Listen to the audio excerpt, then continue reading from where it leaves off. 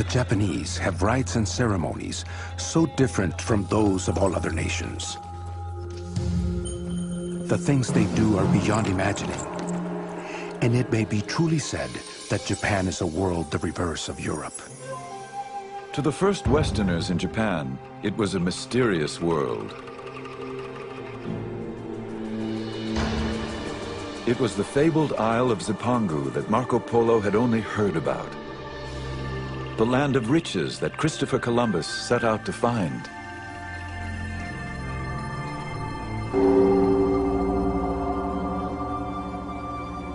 When the Portuguese arrived in Japan in 1543, they encountered a country embroiled in civil war.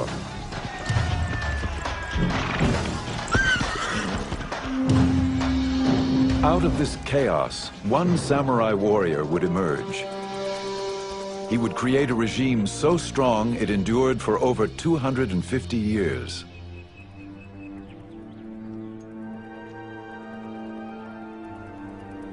Witnesses to this world, both Western observers and Japanese, wrote of these changing times.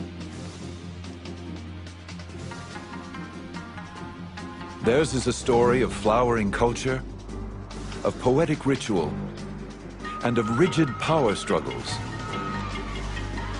It is the saga of opening trade with Europe and then closing its doors to the West.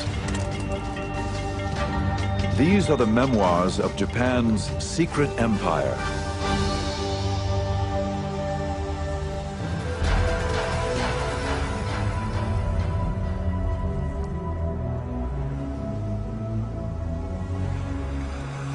On the 25th day of the 8th month of the year of the water and the hair, there appeared off our western shore a big ship.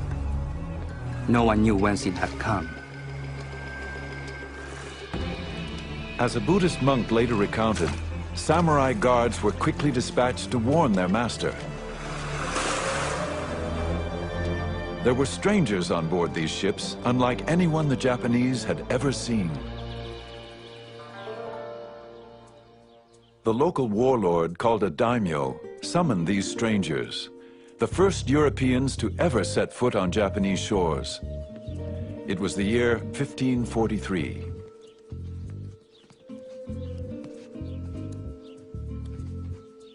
When these Portuguese merchants arrived, the daimyo was intrigued by their peculiar, unknown weapons. The Japanese always like novel things, new things, a fad, so to speak. And so they were very, very interested in the Europeans.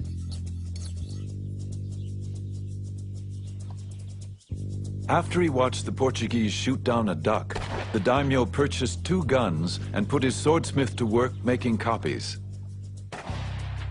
Then he asked for shooting lessons.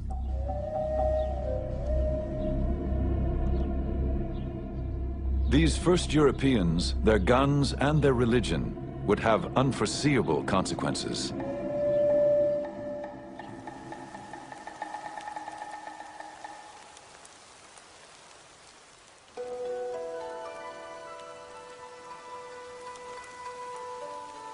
In this same year, a boy was born to a daimyo family.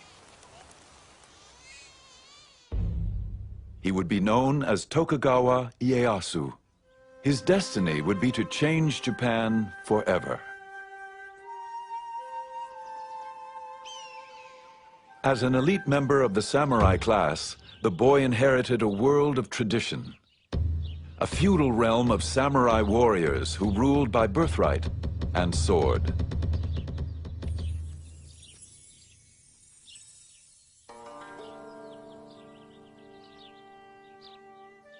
The son of a daimyo lord, Ieyasu would soon have to give up children's games for the politics of war.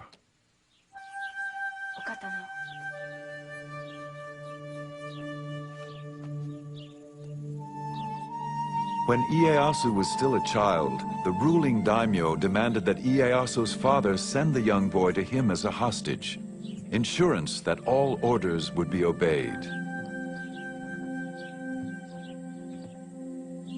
When children were taken as hostages, it did not mean prisoners.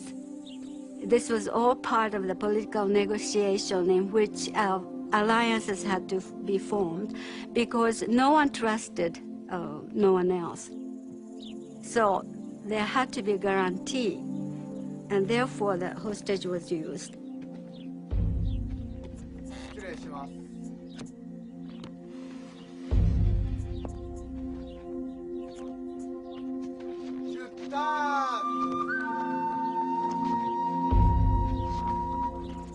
As a hostage, the young samurai boy traveled in the style befitting his daimyo rank.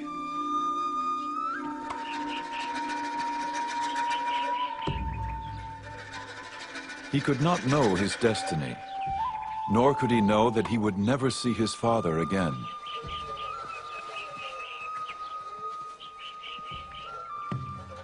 He would grow up a hostage, his life captive to the turmoil of civil war.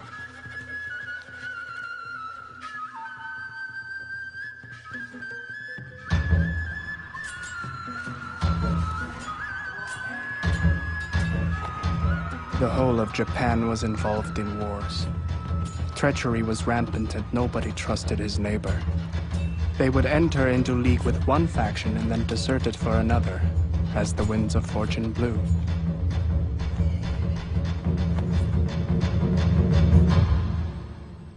João Rodrigues, an eyewitness to these perilous times, was one of the first Portuguese to arrive in Japan.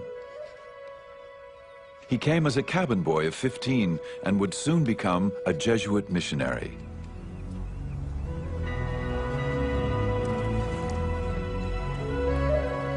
As Portuguese merchants traversed the oceans in search of new ports for trade, Jesuit missionaries accompanied them, searching for souls to save.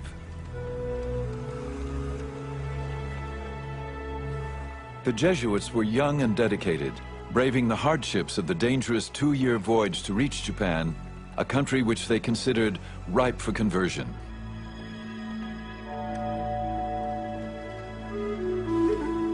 They sent home tantalizing reports of an alien world.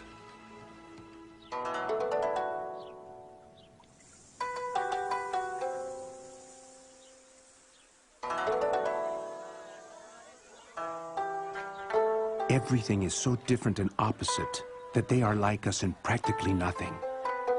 Now, all this would not be surprising if they were like so many barbarians. But what astonishes me is that they behave as very prudent and cultured people in all these matters. This is something which I would not dare to affirm if I had not had so much experience among them. The missionaries thought that the Japanese were such a remarkable race. Their culture was so developed that it was worthwhile writing back to Europe about the culture which they found, the language the Japanese spoke, and a very complex political system without any influence from Christianity, without any influence from Europe. And so I think this is a thing which one should bear in mind, that this was the first time Europeans dealt with Asians on equal terms and not as conquerors and conquered people. Their way of writing is very different from ours because they write from the top of the page down to the bottom. I asked a Japanese why they did not write in our way, and he asked me why we did not write in their way. He explained that as a head of a man is at the top and his feet are at the bottom, so too a man should write from top to bottom. During his more than 30 years in Japan, João Rodrigues became so fluent in Japanese, he became known as the interpreter. His work allowed him to observe all levels of society, from the highest daimyo warlords to the lowest Japanese farmer. Every class of person, noble or humble, uses a fan throughout the whole kingdom. People who have business matters and other things which they wish to remember, write them down on their fans. They are always carrying these fans about in their hands, opening them, shutting them, and looking at them. Nobody would go out into the street without one.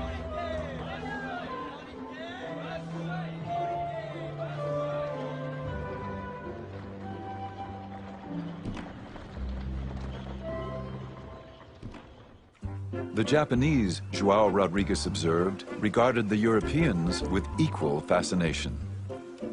They greatly wondered at our big and long noses, thick beards, and red or fair hair, and considered all these things as so many defects. They called them the Southern Barbarians, which is not a very flattering term. Their eating habits were rather different. The Japanese were so polite, eating with chopsticks, etc. Whereas in those days, Europeans normally ate with just a knife and with your fingers. And then, of course, most of the Japanese take a bath every day, whereas Europeans, I'm afraid in those days, went for months and months and months without taking a bath. And to some extent, they deserved the epithet of barbarians. But however they were regarded, the missionaries were determined to stay in Japan. Our only desire was to preach and proclaim the law of the Creator. Even if there were only one Japanese Christian in the whole country, any missionary would spend all his life here just for the sake of that one person. These men were very, very zealous, and the conditions were rather good for the conversion of people to Christianity. When you have bloodshed, revolutions, fighting, battles, death in large numbers, obviously people's thoughts do tend to go to the next life. In little more than 50 years, these missionaries established over 200 Catholic churches, primarily in southern Japan, and converted up to 250,000 Japanese.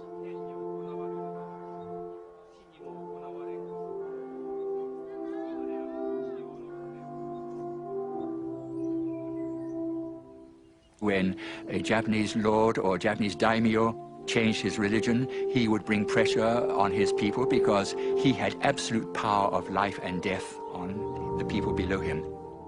And so you got in a relatively short period of time, large-scale conversions. But there was another factor, that some of the daimyo, when they became Christian, they had certain considerations of commerce in the back of their mind, because where the missionaries went, the Portuguese merchants went.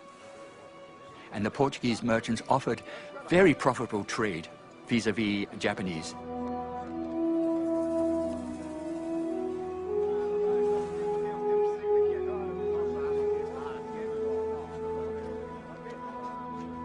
Commerce and religion intertwined.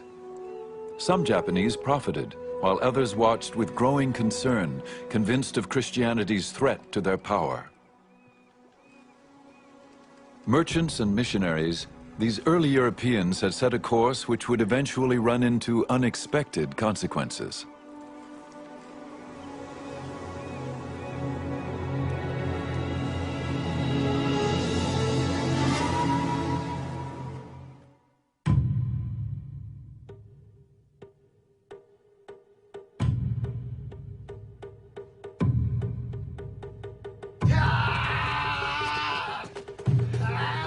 To endure the rigors of never-ending training, to remain clear-minded in the face of grave danger, to face death matter-of-factly, this is the art of kendo, the way of the sword.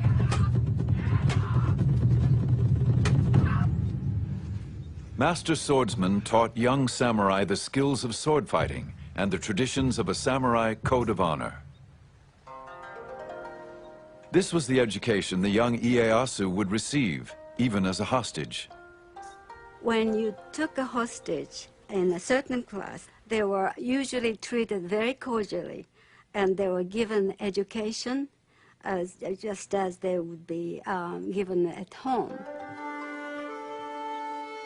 He probably had a very stoic, Spartan kind of education, taught military skills, martial arts, and Chinese classics, Japanese classics. The entire life of Ieyasu was that of patience and forbearance, people say.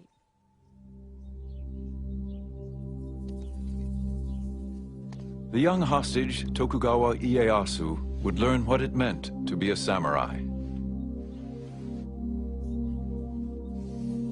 Adopt a stance with the head erect.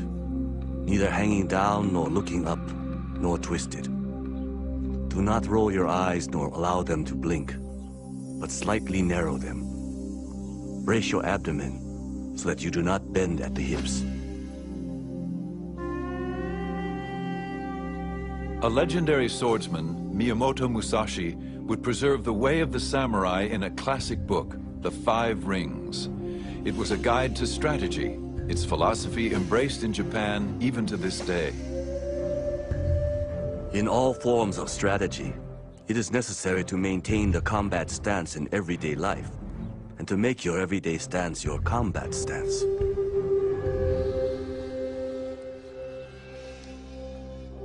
At age 15, Ieyasu entered manhood and earned the right to carry the two swords of the samurai.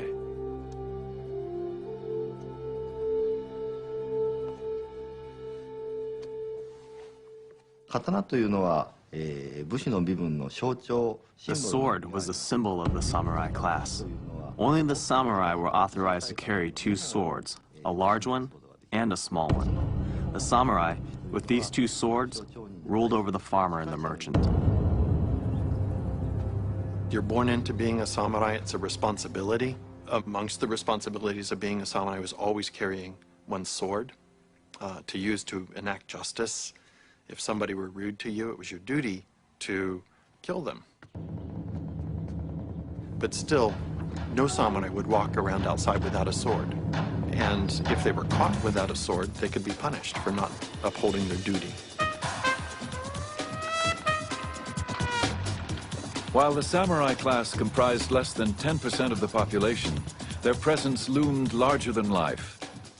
Even the missionaries wrote as if the samurai were the whole of society. They carry a sword and dagger both inside and outside the house, and lay them at their pillows when they sleep. Never in my life have I met people who rely so much on their arms. They are very warlike, and are always involved in wars, and thus the ablest man becomes their greatest lord. It was not only the men who swore to uphold this ideal. Samurai women were also trained to protect their family. The most important thing about samurai's daughters or wives was never to forget the honor and the pride as samurai's daughter. In crisis, they had to be prepared to kill themselves rather than be shamed, disgraced by the enemies.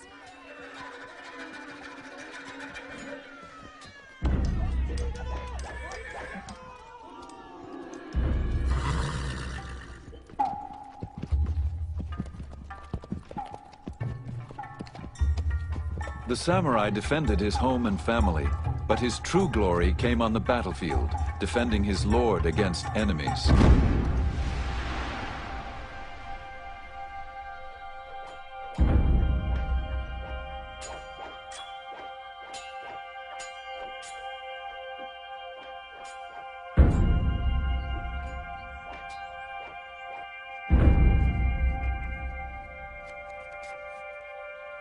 The samurai dressed carefully for combat. The finely stitched fabric and leather appeared elegant, even fragile. Unseen were the tightly woven plates of steel. Much like his protective armor, a warrior's refined appearance concealed his impenetrable inner core. This ethic, preserved in writings of the samurai, would prepare the warrior to meet life and death with honor.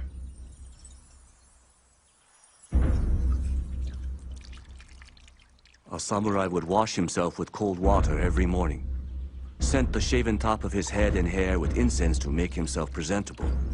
He was ready to be killed in battle at any moment. Cherry blossoms are often compared to the samurai. They are a beautiful sight, like the warrior in his shiny armor. But it takes only one big storm for the petals to fall to the ground, just like the warrior in battle.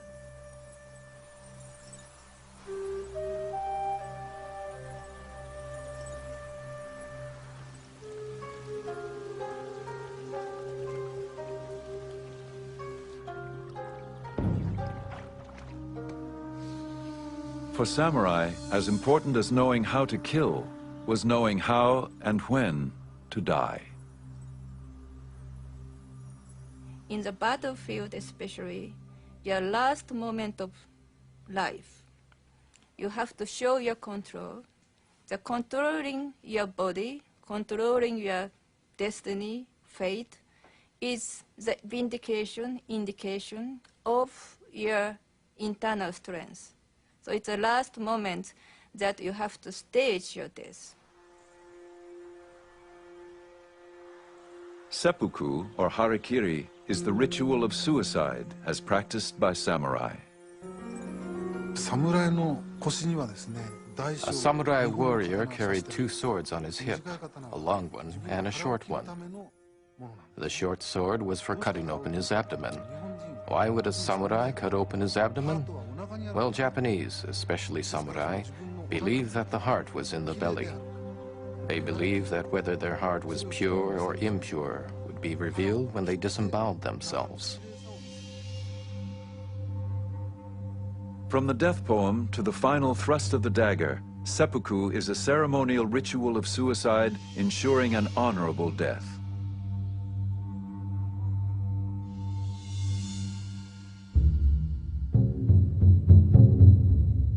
João Rodrigues wrote of a man who committed the ritual of seppuku. The samurai, dressed in the customary white kimono, solemnly and with great dignity, mounted a raised platform.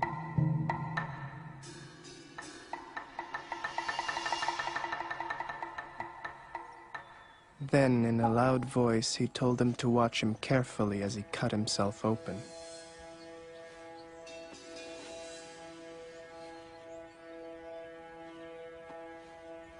He seated himself and wrote his will slowly and calmly, asking his lord to look after his son and family, for he was going to die on account of his honor.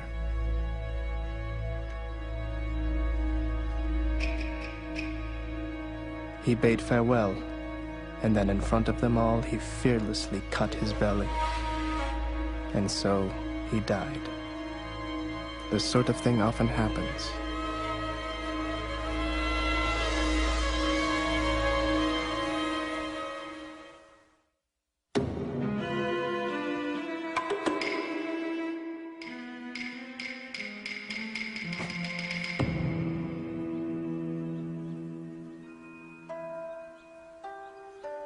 There is timing in everything. Timing in strategy cannot be mastered without a great deal of practice.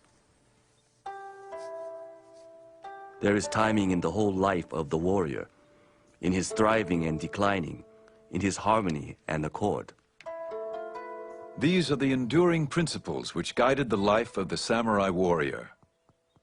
For Tokugawa Ieyasu, patient strategizing would become his most powerful weapon. He was now of age, 18 years old and married with 2 children, but he was still a hostage of the ruling daimyo warlord.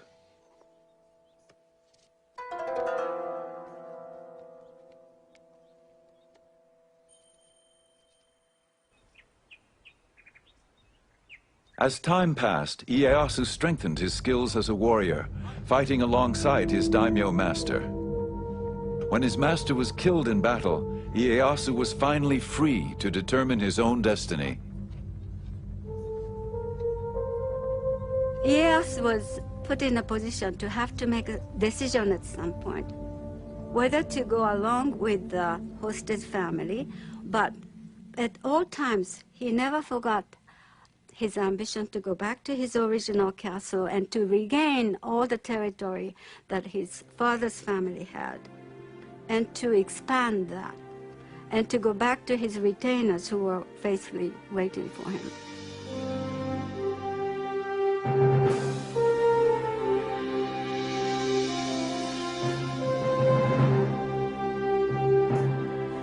Ieyasu reclaimed his title as an independent lord, a daimyo.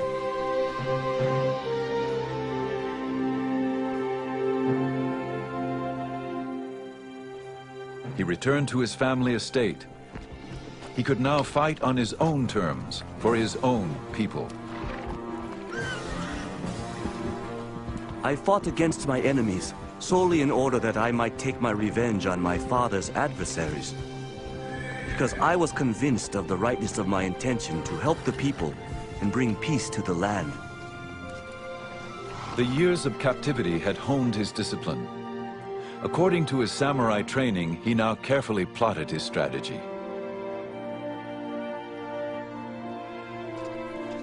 In a crucial move, Ieyasu allied himself with the man who killed his daimyo master, Oda Nobunaga.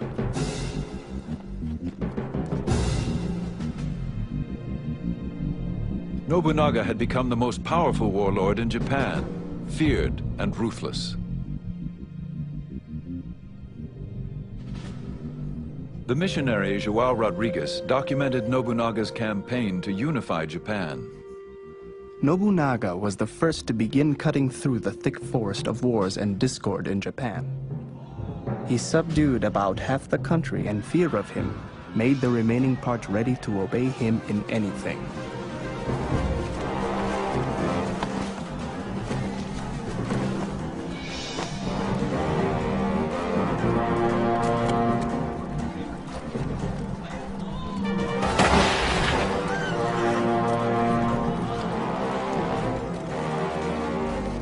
In the Battle of Nagashino, Nobunaga armed 3,000 of his foot soldiers, 3 ranks deep.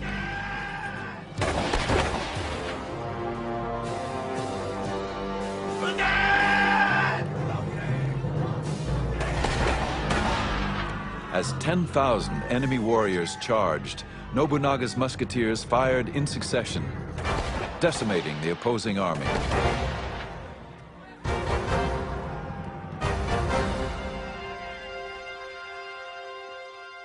Nobunaga's innovations in the use of firearms completely changes the face of samurai warfare. The old idea was where you would have 2 samurai meet on the field of battle. They would shout out their names and their lineages, where they were from. Sometimes one would ride out in front of all these troops and challenge someone to come and defeat him. So it was very manly. It was imbued with the ideal of valor.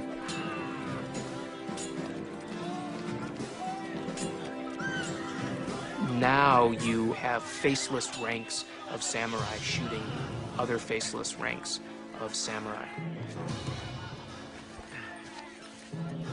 Nobunaga continued to amass power until one night treachery within his inner circle caught him off guard.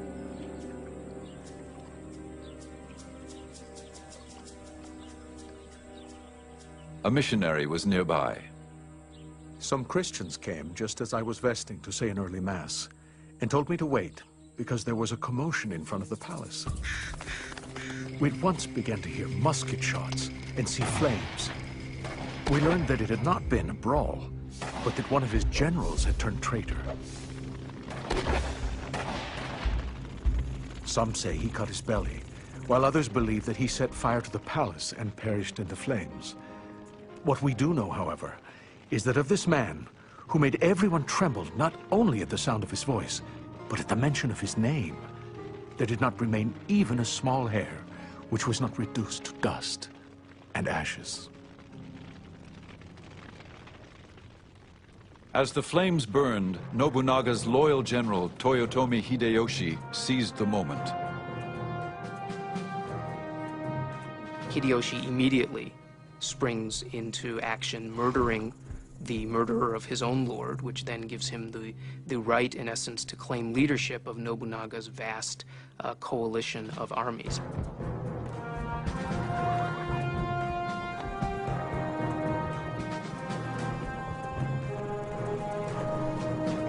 Ieyasu watched from a distance. Would he subordinate himself to Hideyoshi's command? Or was it time to fight for control?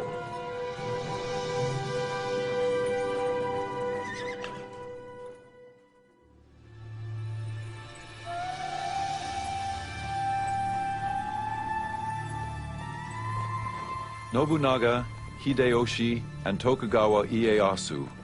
These were the men who would bring an end to the brutal civil wars. They would go down in history as the unifiers.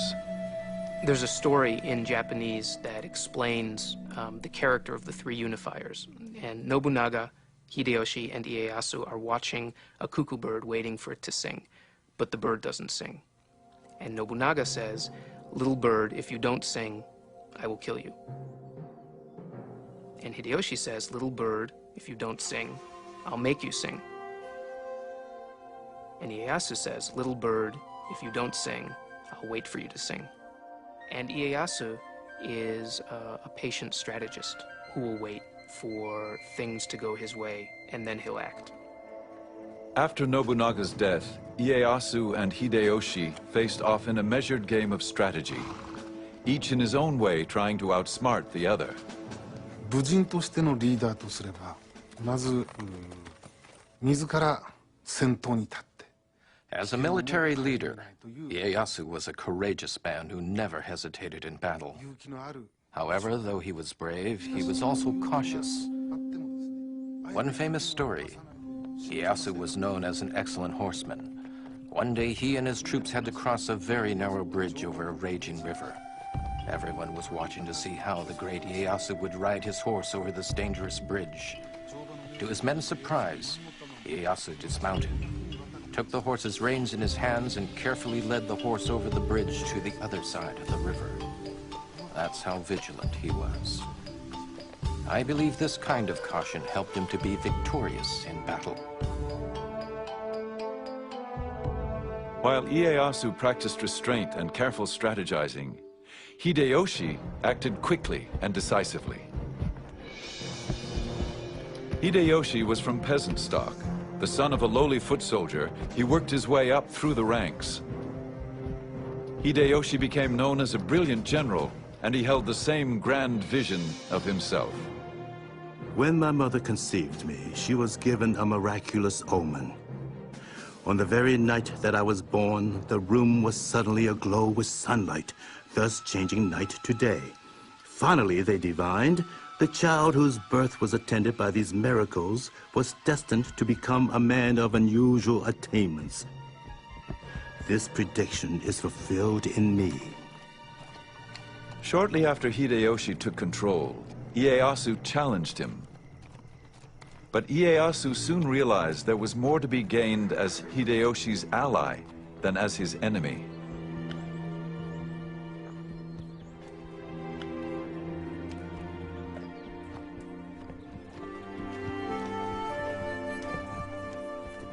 Hideyoshi rewarded Ieyasu for his loyalty with a vast domain of land and ordered him to make his headquarters in the remote fishing village of Edo, 300 miles east of Hideyoshi's castle in Osaka.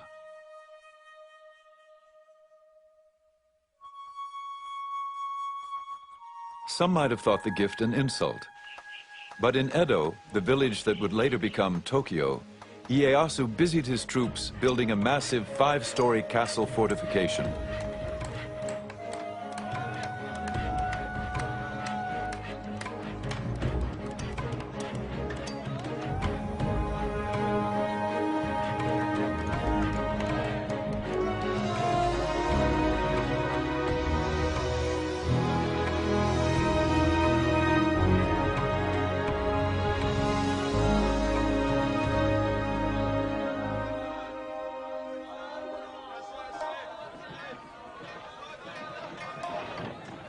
Within the walls of the city of Osaka, Hideyoshi was consumed with fortifying his own castle.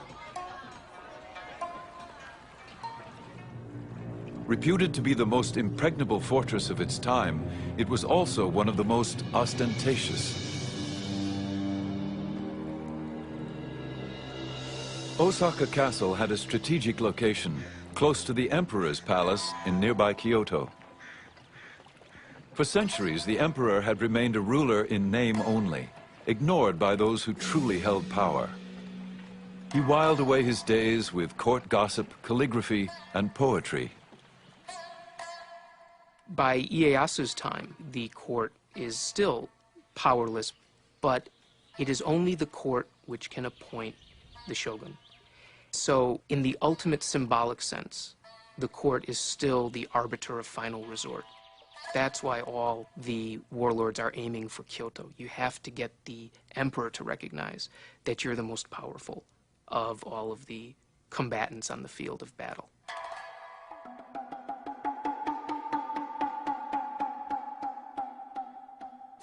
Hideyoshi curried the emperor's favor, inviting him to no plays and musical performances. But the emperor would not grant this warrior of peasant stock the title of shogun.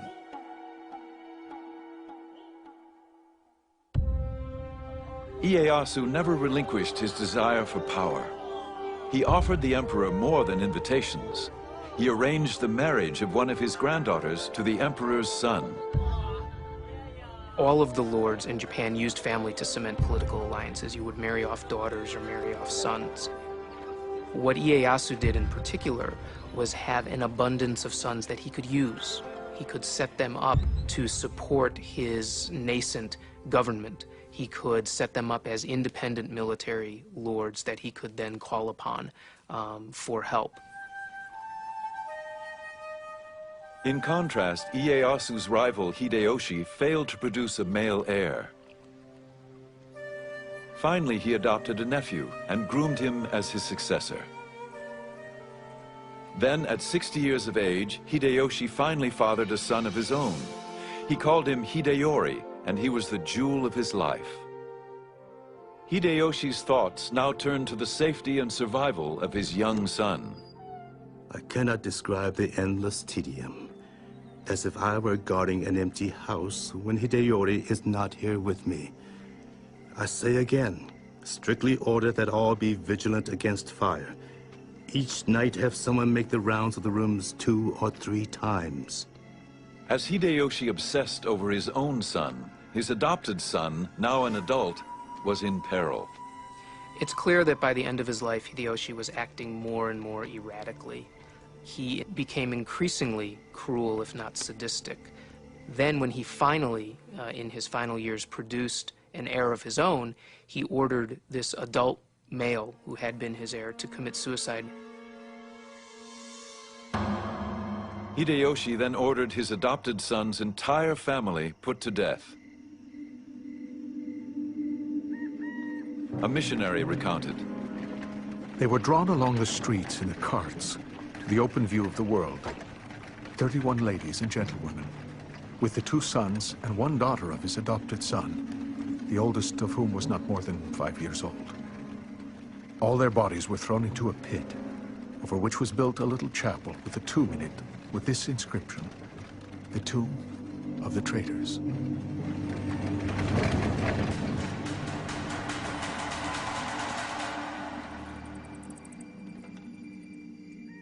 Soon after, Hideyoshi's health began to fail. He wrote his death poem. Ah, as the dew I fall, as the dew I vanish. Even Osaka Fortress is a dream within a dream. Hideyoshi then called Ieyasu and 4 of the most powerful daimyo to his deathbed. He appointed them legal protectors of his 5-year-old son Hideyori, his heir and the future ruler of Japan.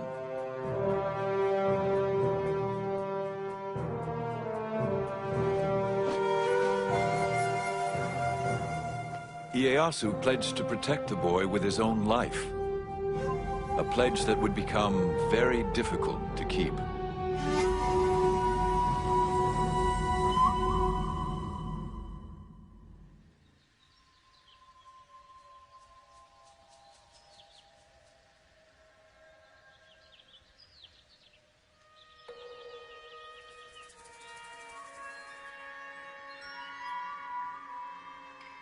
It is said that war is a curse. It is resorted to only when it is inevitable.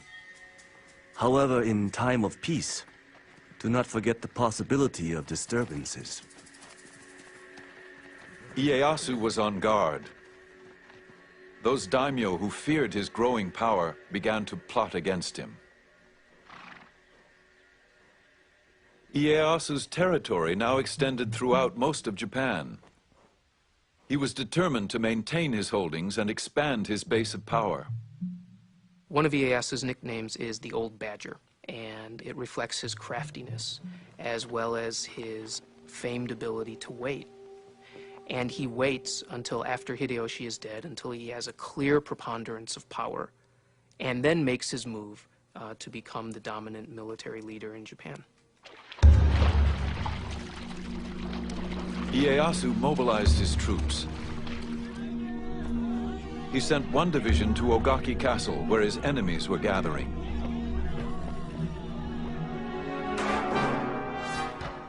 When the battle began, women and children rushed to safety.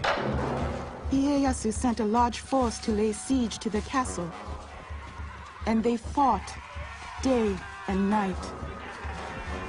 One of the young girls at the castle later told her family of the terrifying experience.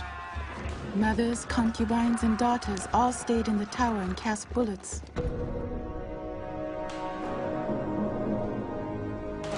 There was panic. A bullet struck my younger brother, killing him on the spot. It was a cruel sight. Indeed, it was. We felt as if we should die. There was nothing but fear and horror left. As the battle wore on, heads of slain warriors were brought to the castle to be prepared for the ritual presentation to the victor. It was believed that even in death, the samurai should be viewed as a worthy opponent. Those people who were in the castle would wash the heads, and they would put some cosmetics on the face of the dead corpses, because they were proof of having killed someone important. That was part of the very small part of what they did, which is inconceivable to, us modern people, modern women. All the decapitated heads were brought into the tower. We weren't a bit afraid of the heads and used to sleep in the midst of the nasty smell of bloody heads.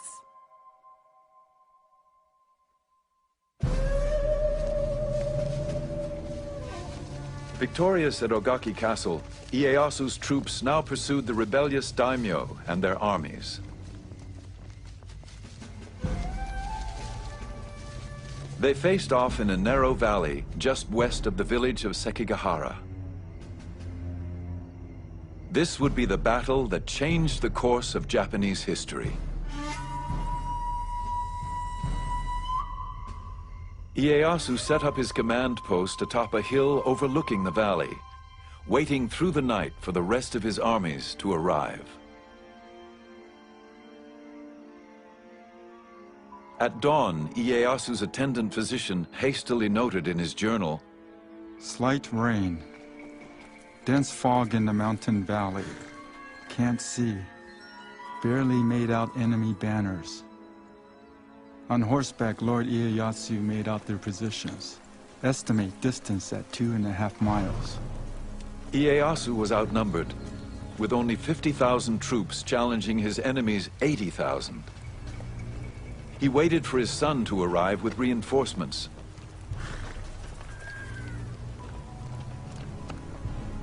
But at 8 in the morning, the fog suddenly lifted, and the two opposing armies found themselves within striking distance. Ieyasu could wait no more. Rallying his troops, it was said he sent them forward with his famous battle cry. "There are only two ways to come back from the battlefield. With the head of an enemy, or without your own."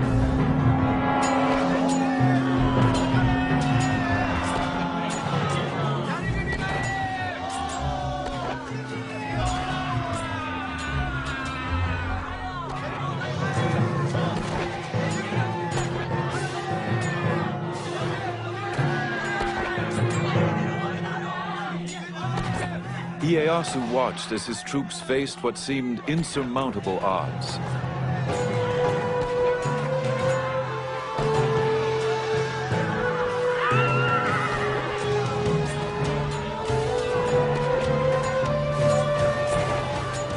Then, suddenly, the tide turned. Several enemy daimyo and their armies, convinced of Ieyasu's ultimate victory, defected and joined Ieyasu's forces. By 2 p.m., Ieyasu's troops had defeated the rebellious army.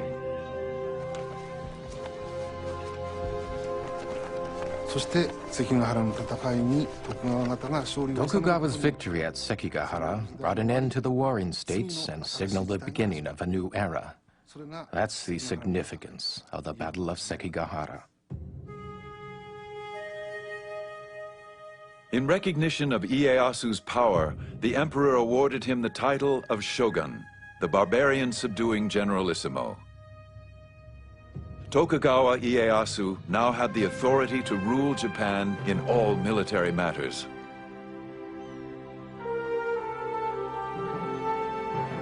He ruled unchallenged, but always there was the specter of Hideyoshi's young son Hideyori growing up in Osaka Castle. Ieyasu had sworn with his life to protect the boy who could someday lay claim to all Ieyasu had won.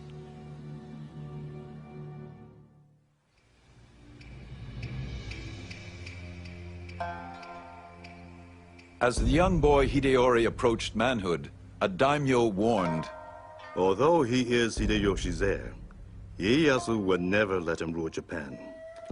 Sooner or later, some ambitious character will foment rebellion in his name. And even if Hideyori knows nothing about it, he will be blamed and forced to commit suicide to the grief of Hideyoshi's ghost." Now, the Tokugawas had no divine right to rule Japan. They ruled Japan because they were the most powerful, they had the most money, they had the most soldiers, but they had no divine right. And there were many other powerful daimyo, especially in the West, the Christian daimyo. And so, if there were any philosophy, any political movement that would bring these daimyo together as a coalition against the Tokugawa family, that was very dangerous. Tokugawa Ieyasu tolerated no dissent. He expelled many of the foreign missionaries, including João Rodrigues. Ieyasu wanted to clear the board of all these foreign influences which were just muddying the waters, making life more complicated. He even ordered all Christian activity among the Japanese halted. But still he faced the only true threat to his power, the young Hideyori. By the time he reaches adulthood, Hideyori can no longer be ignored by Ieyasu. He's a threat simply because he exists. He is the legitimate heir of Hideyoshi. Ieyasu is supposed to be supporting him until he becomes an adult, and he poses an intrinsic threat to the legitimacy of the Tokugawa shogunate. Ieyasu came to but one conclusion. He could no longer honor his pledge to a dead ally to protect his son. Ieyasu decided to go into battle once more. It was obviously going to be another showdown. And the many samurai, in their thousands, and these were hard-bitten warriors, they still owed loyalty to Hideyoshi's family. And of course they owed just as much loyalty to his son. So they gathered in Osaka Castle, and Osaka Castle was a very strong castle. It was considered impregnable.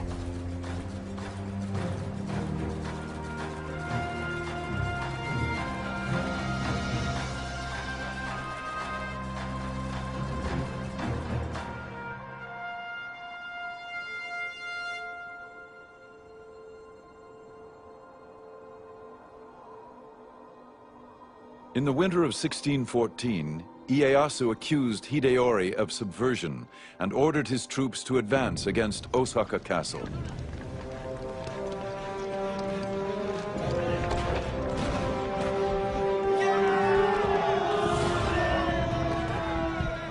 Hideyori's supporters, nearly 100,000, held strong.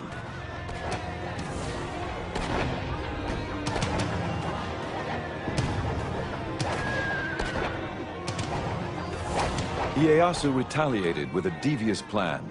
He sent a woman samurai to negotiate a truce with Hideyori's mother.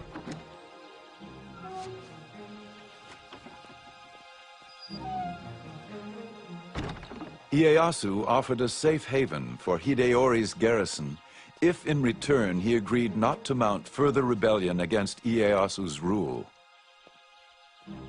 To prove his intentions, Ieyasu signed the pledge in blood. Hideyori's mother convinced her son to accept the offer. Ieyasu's ploy had worked.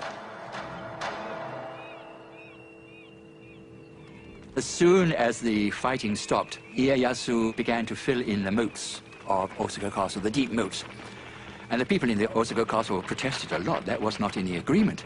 But that didn't matter. They filled in the moats. And once the moats were filled in, then Ieyasu's troops could storm into the castle. And there was a dreadful slaughter.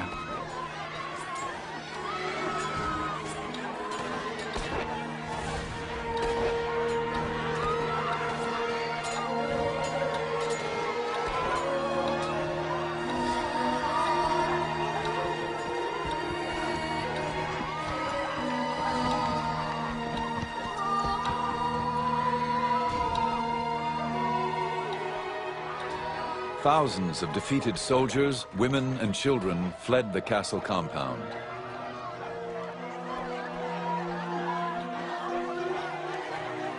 A European merchant recorded the event in his journal. We had news today that Ieyasu hath taken the fortress of Osaka and overthrown the forces of Hideyori. They say that taking of this fortress hath cost about 100,000 lives, and that no dead man of account is found with his head on, but all cut off. Ieyasu's army set the castle on fire.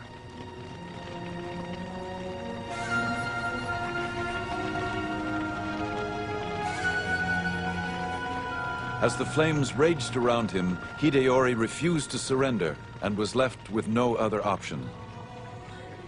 He committed seppuku.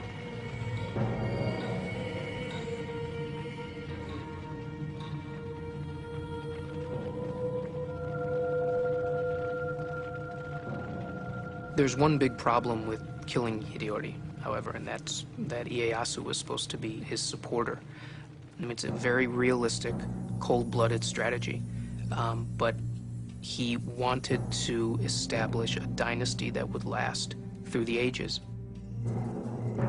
There is reason to believe that Ieyasu genuinely regretted having to kill the son of his former lord.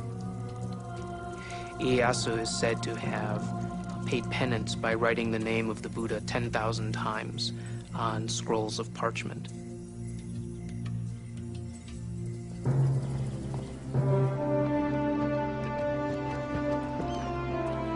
Tokugawa Ieyasu had wiped out the last threats to his power, or so it seemed.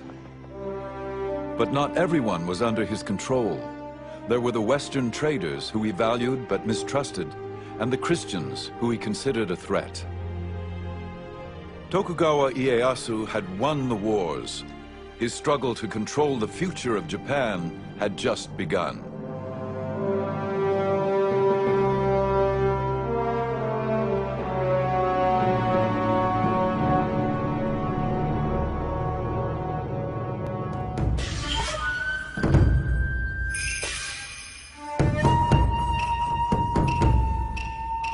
In the early 17th century, the ruler of Japan, the shogun, was told this story. One day, the king of the Portuguese said to his council, "Far to the east lies a country called Japan, and it abounds in gold and silver. Why should not that land be added to my domains? The best way to make ourselves masters of the land is by means of our religion, and then send in the army." The shogun, Tokugawa Ieyasu, and his legions of samurai warriors were undaunted by stories of foreign invaders. He was a strong leader and had brought peace to the war-torn nation.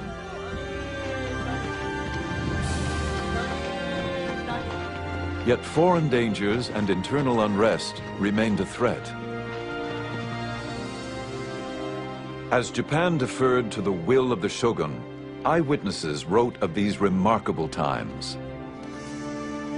These are their memoirs of Japan's secret empire.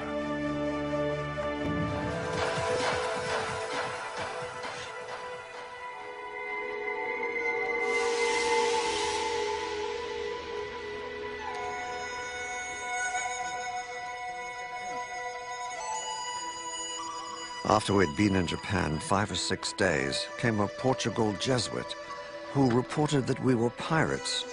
We looked always that we should be set upon crosses, which is the execution of this land. I looked every day to die. Rescued from the sea and imprisoned, William Adams, the first Englishman in Japan, had good reason for concern. It was the year 1600, and Portuguese Catholics had long held a monopoly on trade in Japan. At the time William Adams arrived, there had been religious wars in Europe, and the Catholic missionaries were not at all happy when they heard that an Englishman and an English Protestant had been washed up in Japan. The most powerful warlord in Japan, Tokugawa Ieyasu, commanded Adams to his castle. Rather than ordering his execution, he wanted to know more about this stranger.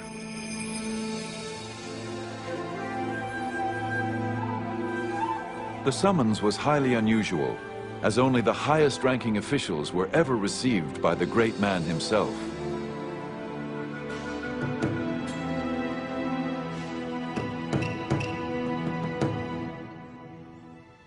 The ruler demanded of me of what land I was, and what moved us to come to his land, being so far off.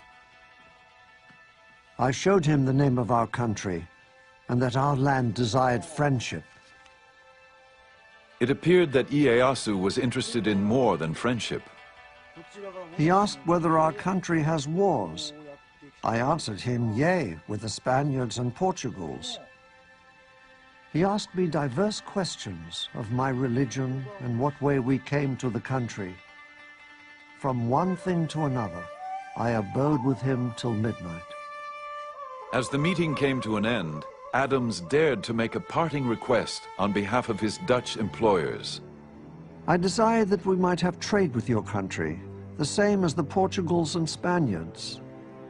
To Ieyasu, this was welcome news. Ieyasu valued trade with the Portuguese and Spanish merchants, but was wary of their Catholic missionaries who preached obedience to a God more powerful than he.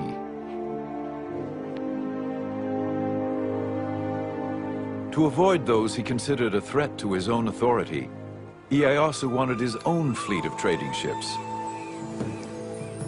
Adams had the skills he needed.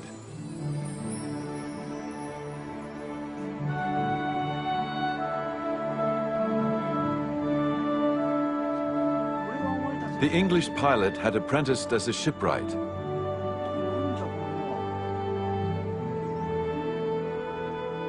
Ieyasu asked him to build 2 ships capable of navigating the open seas. I answered that I was no carpenter and had no knowledge thereof. Well, do your endeavor, saith he. If it be not good, it is no matter. You can't deny that William Adams did have a certain amount of influence when he was told to build these 2 ships. They were the first foreign ships, first European ships to be built in Japan.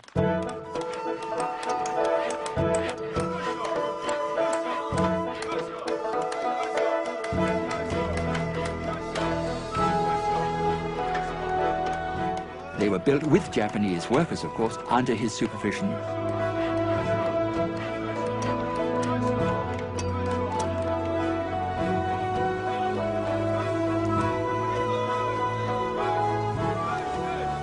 And then afterwards they sailed to Mexico, and they sailed back quite safely.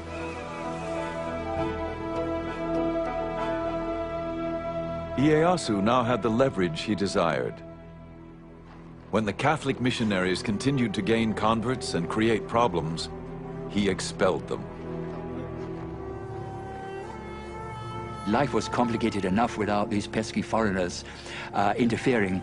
And so that probably was the reason why he did not want Christians in Japan. Ieyasu replaced his Catholic interpreter with William Adams, who had been quick to learn Japanese. He was a Protestant, of course. Ieyasu knew that he had no interest in helping the missionaries, and so he was rather a valuable man to have around. Ieyasu still wanted to trade with the West, but on his own terms. Adams convinced Ieyasu that the Protestants did not want to convert his people. Ieyasu soon made him his commercial agent, and Adams negotiated especially favorable terms for the growing Dutch East India Company.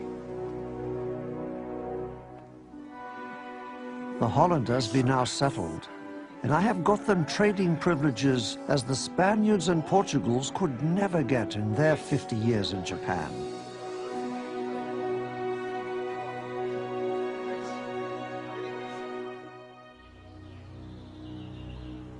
Adams married and settled down into Japanese life. He adopted Japanese dress and was awarded the right to wear the two swords of the samurai. And he was given an estate with about 70 or 80 servants, which is pretty good, far better than his standard of living in England would have been, of course. And I think towards the end he lost his desire to go back to England because he would just be a working class man in England, where back in Japan he has 80 servants to wait and hand and foot on him.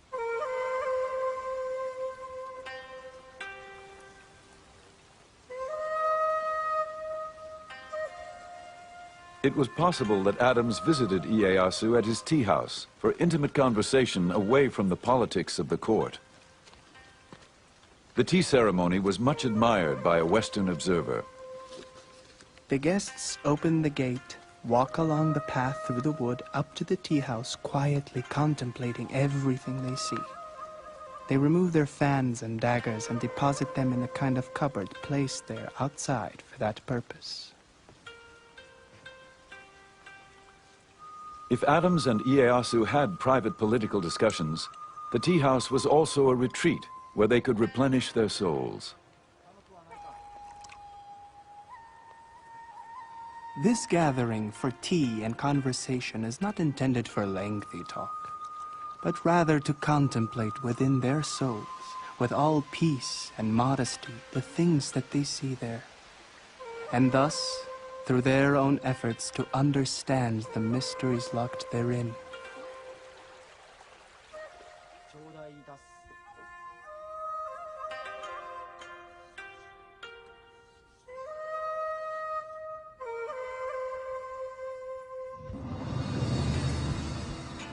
For Ieyasu, unsettling foreign influences could jeopardize the peace he worked so hard to forge. But the biggest challenge would be to maintain control of the 260 fiercely independent warlords and their formidable samurai armies.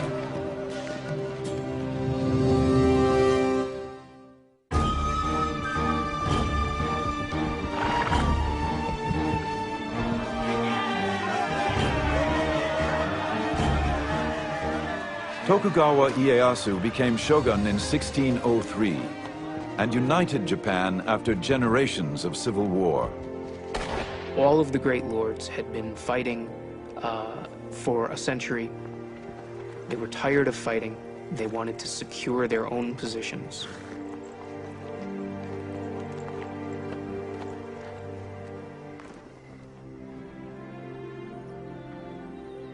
But as a court chronicler documented, the task ahead would not be easy.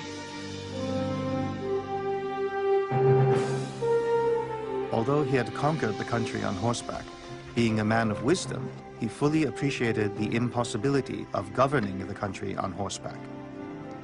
He was interested only in discovering the key to government, how to govern oneself, the people, and the country. What made Ieyasu superior as a leader was that he surrounded himself with capable people who believed in him. There's a story about a low-ranking samurai who asked to meet with him. Ieyasu listened attentively. After the man left, a higher-ranking lord said to Ieyasu, "What a waste of your time." Ieyasu replied, "It took great courage for that man to approach me.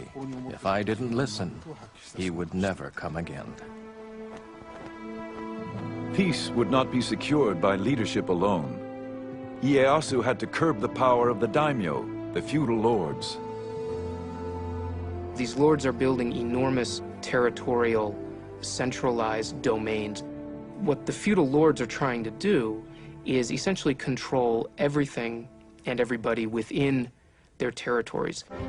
They control all the fighting men, they control all the peasants, they control all the resources. Ieyasu allowed the daimyo to rule their own domains, but he prohibited them from doing anything that might enhance their power or status relative to each other. In Tokugawa, Japan, a daimyo was restricted to only one castle, and to enlarge it, he had to receive permission. A new ship? Ask the shogun. Arrange a new alliance through marriage, only if the shogun approved. Ieyasu would maintain the peace through this ordered control, and it extended through all levels of society. The Japan that Ieyasu fashioned was built on the ancient teachings of Confucianism. Obey the traditions of hierarchy and respect authority. A Japan in keeping with the samurai traditions. It was a rigid society with lots of rules and regulations. Everybody must know their place in society and stick to it. That was the theory. Didn't always work out in practice, of course, but that at least was the theory. All samurai were members of the elite class, whether he be a daimyo warlord or a lowly foot soldier. Next in line were the farmers, then the artisans.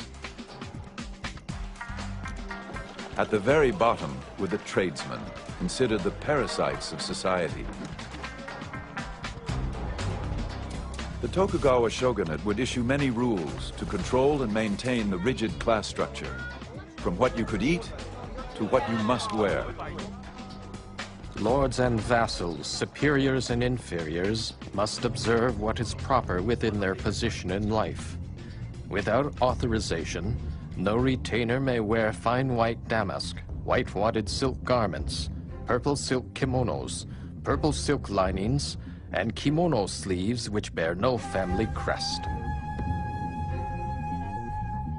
The rules and regulations kept everyone in their place, but for the daimyo at least, there were still ways to earn special privileges. Ieyasu decreed that the lords must help build his castle and the surrounding city of Edo. The construction became a grand competition as each daimyo vied for the shogun's favor.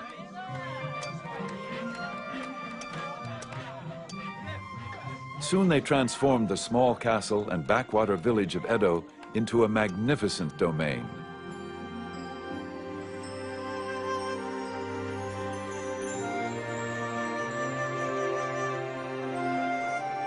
The city later known as Tokyo.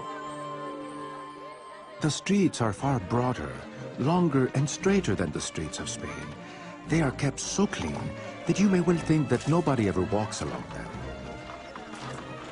The emerging splendors of Edo were recorded by Rodrigo de Vivero y Velasco, the governor of the Philippines, who had been shipwrecked off the coast of Japan. He spent several months in the capital as a guest of the shogun. What makes this man interesting is that he wrote a report about Japan after he left Japan. And he was a very discerning man. He saw various aspects of Japanese life which other people had not seen. The people live in particular streets according to their trade and station. One street, for example, is reserved for carpenters. In other streets, there are cobblers, blacksmiths, tailors, and traders. The nobles and people of quality live in the streets and districts quite different from the rest of the town, and no commoner or person of the lower classes mixes with them. Those daimyo who had gained most favor lived closest to the castle and were granted more audiences with the great ruler himself. While Vivero y Velasco was in the castle being received in audience by Ieyasu, he saw a powerful daimyo come into the castle to pay homage to Ieyasu.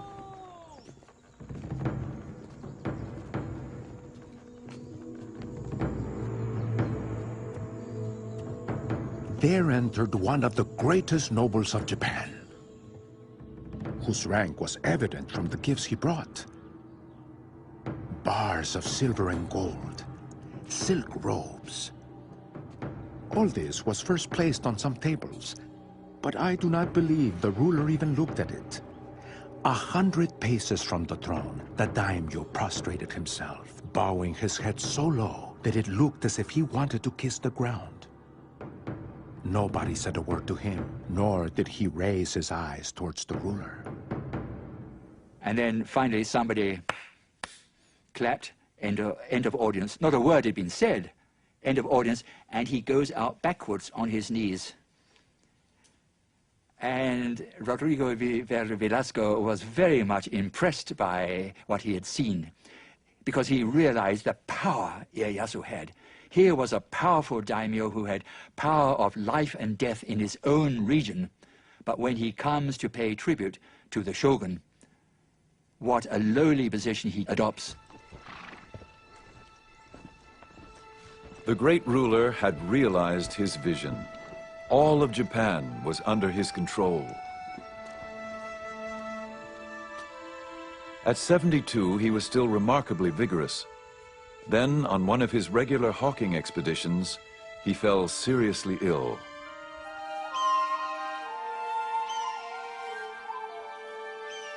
As he lay dying, he planned the details of his funeral. It would be a simple ceremony. His ashes taken to the top of a mountain overlooking the land where he so often went with his hawks. Here, he felt, his spirit could soar over his beloved land, holding the realm together. Ieyasu had carefully forged his well-ordered society. He would not leave the future of Japan to whim. He called his family to his side. He told his children and grandchildren who were gathered around, "Because you are my descendants, you will become shogun. As shogun, it is important that you rule the country for the benefit of the people, or you will be punished by heaven. As shogun, you must govern for the good of the country. This world does not belong to the Tokugawas, and cannot be ruled just to satisfy your whims."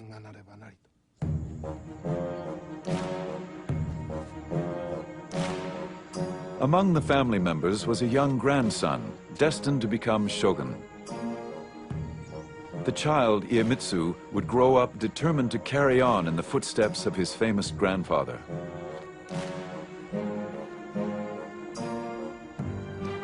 Iemitsu, the third shogun, would keep Japan under Tokugawa rule, using any means necessary.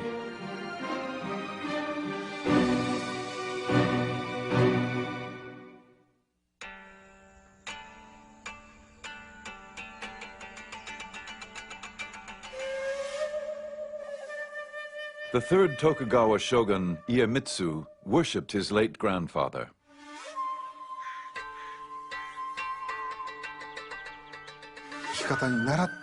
He had numerous mystical experiences that whenever he got sick, Ieyasu would appear in his dream, and he would wake up feeling better the next morning. So his respect for Ieyasu transformed into worship.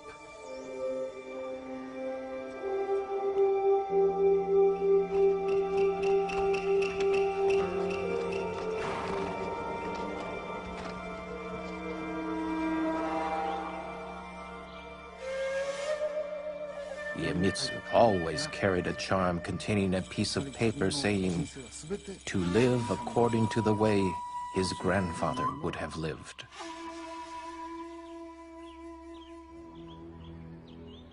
But though Iemitsu tried to emulate his grandfather, his tactics were much more severe.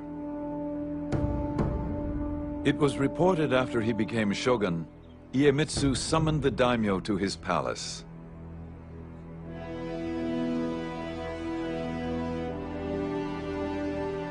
The lords waited all day in the cold without food or shelter.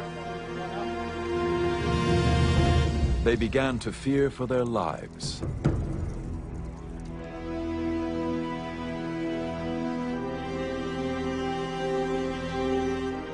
Until at last, they were called into Iemitsu's inner sanctum, where he delivered his ultimatum.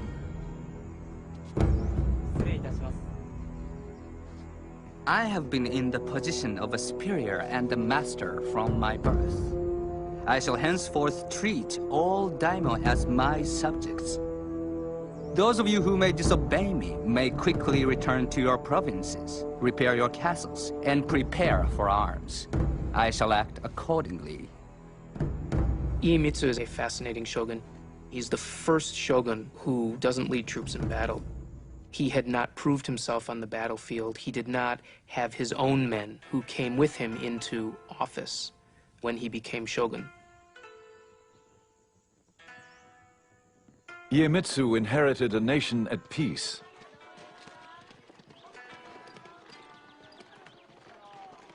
Yet he would rule with an iron hand.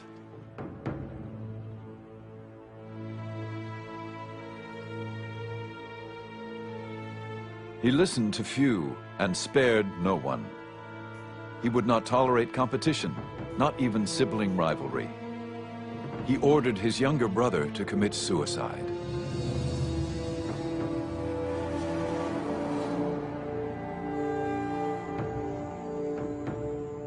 The Tokugawa shogunate under his rule acts much more capriciously towards lords that disobey their orders or flout any of the rules and regulations which bound them. A European merchant who once tutored Iemitsu observed the shogun's court. No one dares to attempt any opposition to the will of the shogun. Whatever injustice the shogun may commit, or into whatever extravagance of excesses he may plunge, they praise or approve of all. But ruling by fear alone could also breed revolt. Iemitsu had to keep the daimyo lords' allegiance, all 260 of them.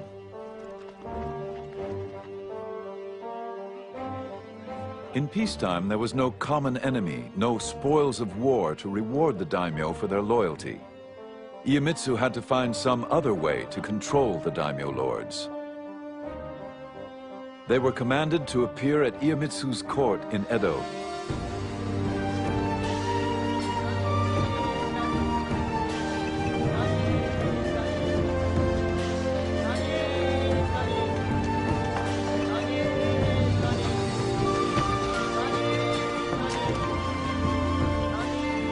And they did not journey alone, as witnessed by a German traveler. The bodyguards and bearers put on a swaggering gait when they pass.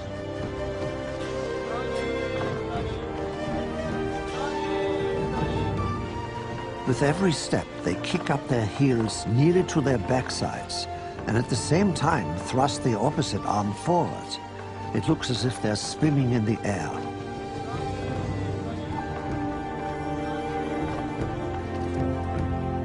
These elaborate processions often numbered in the thousands. They were part of a system known as alternate attendance. The alternate attendance system had been evolving over the decades of Tokugawa rule, and primarily what it meant is that Great lords had to spend part of the year in Edo and part of the year back in their domains. They had to travel back and forth according to strictly set schedules, while their wives and children had to spend all their time in Edo.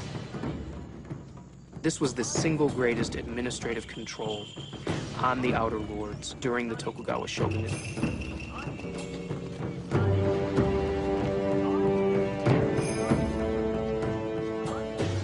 Alternate attendance had another advantage for the shogun. It kept the daimyo lords financially powerless. It was reported that a daimyo could spend more than 3/4 of his income maintaining the processions and supporting his army of samurai once they reached Edo. What this also does, by the way, is cause Edo to explode in size. And in fact, there grows up in Edo a class of samurai who only know Edo, even though their domain may be in the farthest reach of Japan. They're born in Edo, they work in Edo, and they only know Edo. For the samurai warrior, life in peacetime Edo was the catalyst that changed the very nature of their existence. Prohibited from bringing their wives and families, the samurai lived a bachelor's life. They were paid a small stipend to perform their official duties, such as they were.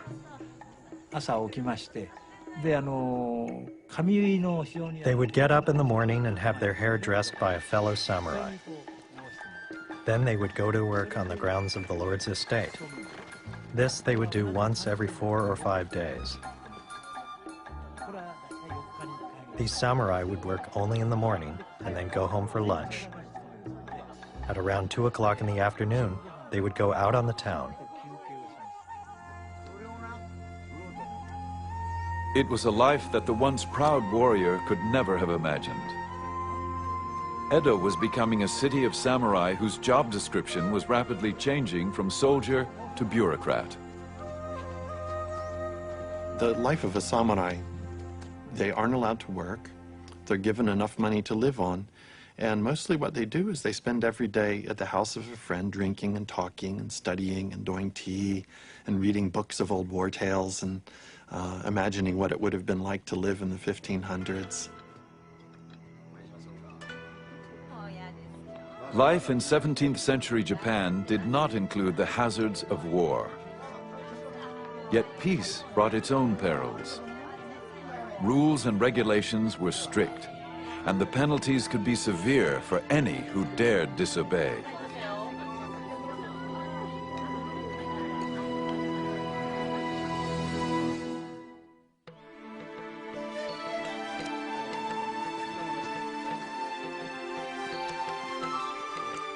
Fluttering our papers, the spring winds blow, when through the open barriers, how gratefully we go.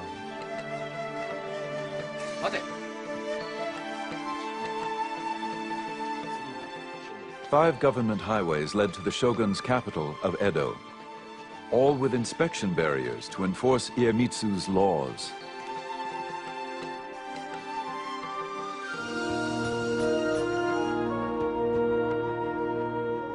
The shogun had improved the roads so his messengers could quickly reach any part of Japan.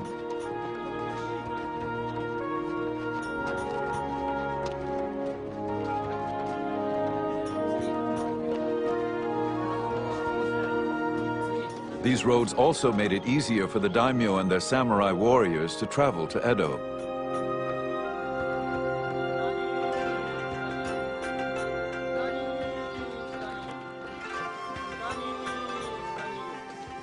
But for most Japanese, travel was an arduous process.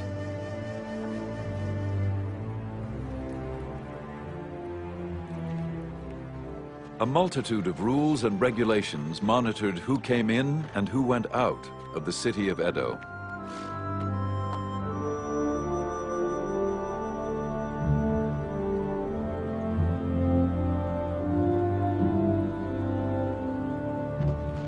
Almost everyone needed a passport. The few exceptions included itinerant performers who proved their identity by showing off their talent, or sumo wrestlers whose girth was ample proof of their profession.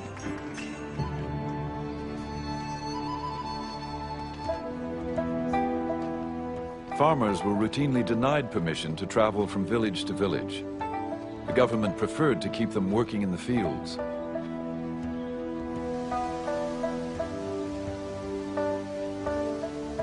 Those without the proper papers often tried to avoid the inspection posts by slipping by on side roads.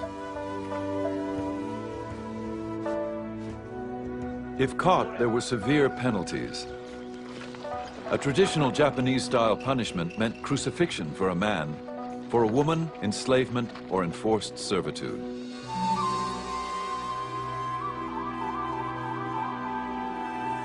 With so many laws and restrictions, one never knew when the shogun's edicts might actually be enforced.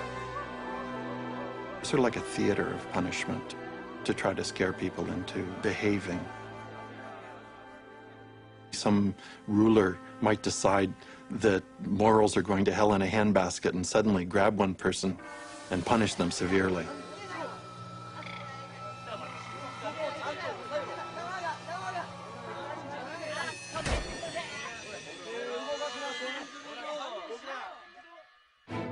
Despite the uncertainty, against all odds, travel grew in popularity. Now that the roads were safer, more and more Japanese began to journey from village to village.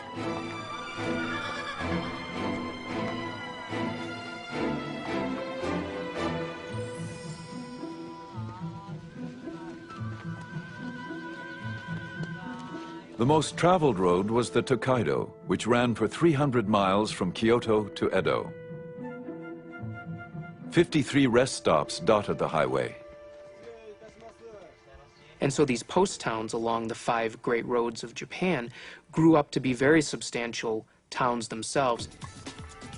They had inns, they had brothels, they had restaurants, they had places that sold medicine.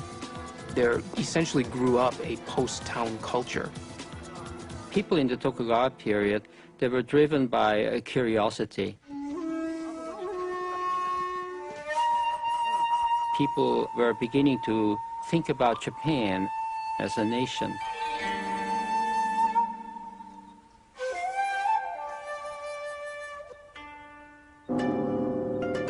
Travel diaries became bestsellers. Inoue Tsujo was a young samurai woman writer who kept a diary as she traveled the Tokaido Road. A mountain range rises above the clouds, and splashing water gashes over the rocks, making an ear-splitting noise. On the way up, we feel that we are being knocked down backwards, and on the way down, we feel that we are slipping all the way. Thus, we are often fearful.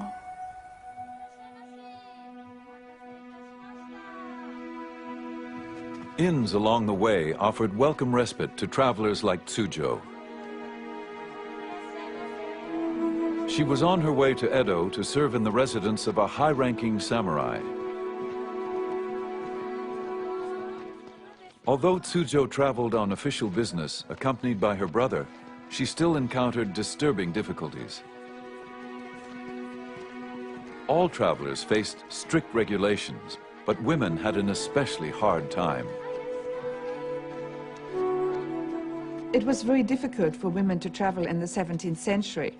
Firstly, because they had to get the permission of the household, who usually thought they would be better cleaning and cooking. And women's travel permits were much more elaborate. Many checkpoints wouldn't permit women to pass because women had to have a thorough inspection, they were body searched, and many checkpoints didn't have female officers to conduct that body search.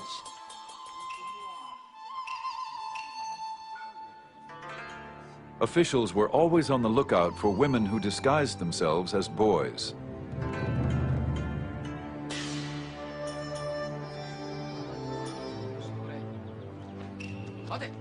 When Tsujo arrived at the barrier station, she was ordered to appear before an older woman guard.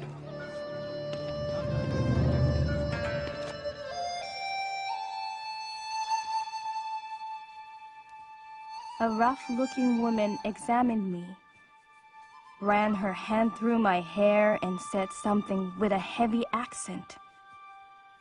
It was very unpleasant, but I had no choice. I was afraid of what she might do.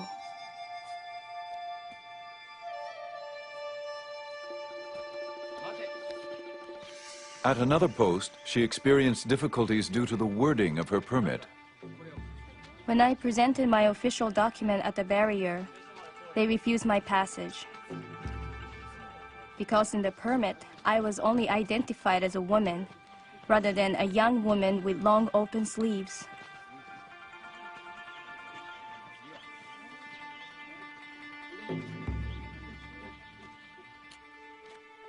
I had to go back to the inn.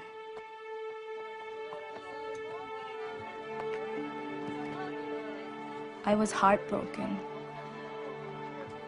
Tsujo worried if she would be allowed to continue her journey. It was a sleepless night as she wrote in her diary. My tears darkened the light of a candle. How restless I feel.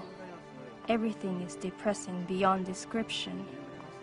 In the dawn around 4 o'clock, I heard travelers gathering around and calling each other.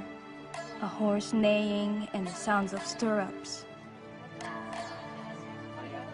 I feel envious. I have spent days and nights brooding over the obstacles facing women.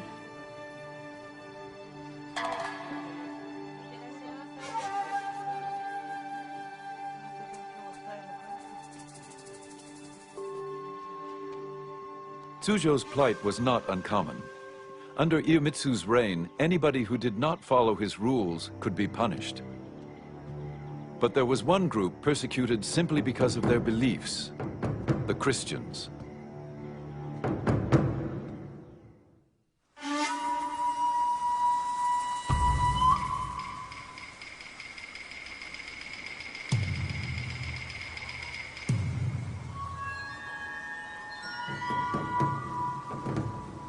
The shogun Iemitsu offered rewards for the arrest of any Japanese who preached or practiced the Christian faith.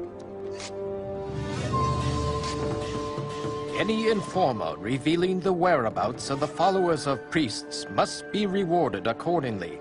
If anyone reveals the whereabouts of a high-ranking priest, he must be given 100 pieces of silver.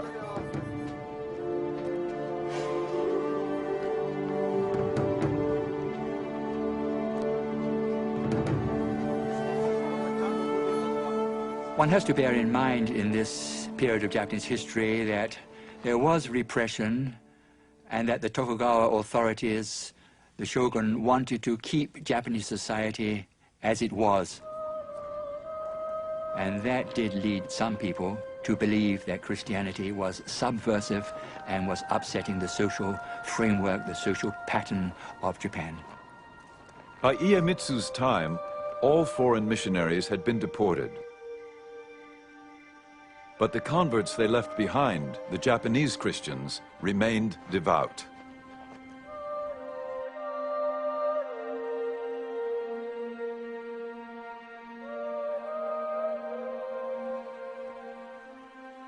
For many of the Japanese Christians, the faith ran very, very deep indeed, especially in those areas where Christianity had really set down roots for 3 or 4 generations.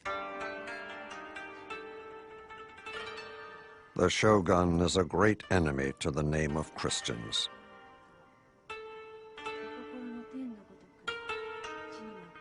A European merchant observed the growing persecutions.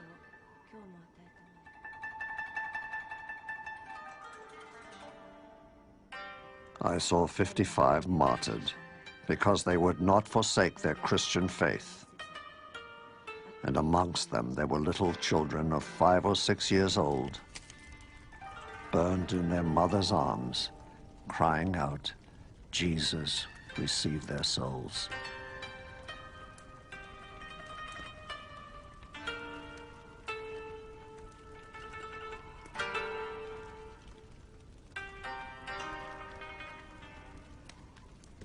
I would say the third shogun, Iemitsu, I think became morbidly pathologically fearful of Christianity. They thought that this was a threat to our power.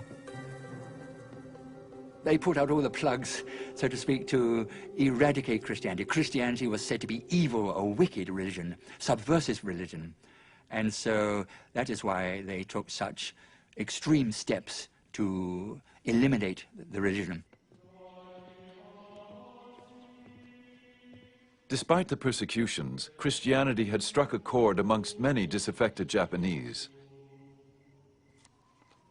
They grew defiant, even willing to be martyred for their beliefs. I am a Japanese and Jesuit brother. I have not committed any crime, but die only for having preached the religion of our Lord Jesus Christ. I greatly rejoice to die for this cause. For me, this is a great blessing. I guarantee and affirm that there is no other way to salvation except by the Christian path.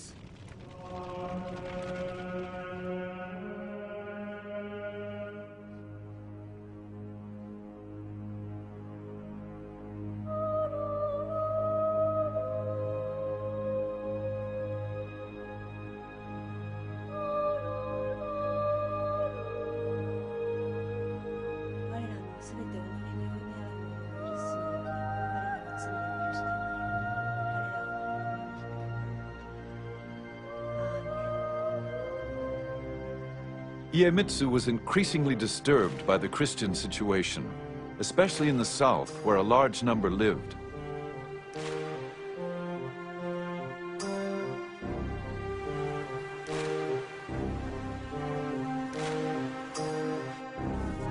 Even worse, many of the Christians were former samurai, now forced to work as laborers or farmers. But they were samurai in their hearts and well-versed in the use of weapons.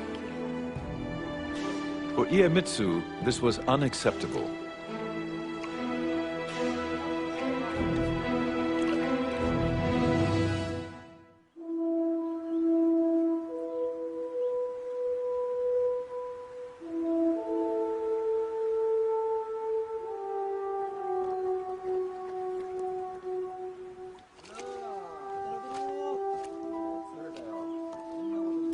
The shogun's iron hand extended to every detail of a peasant's life.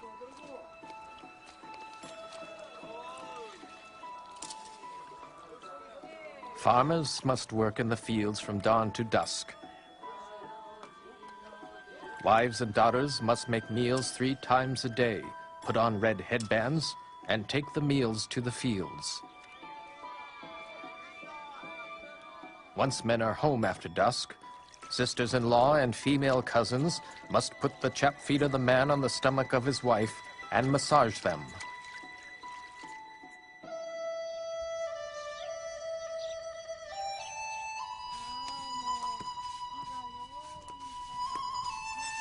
If the shogun's intolerable edicts weren't bad enough, the farmers were also heavily taxed. There were taxes on windows and shelves, a head tax on each newborn child, and a whole tax to bury the dead. The farmers were taxed in rice, the currency of the day.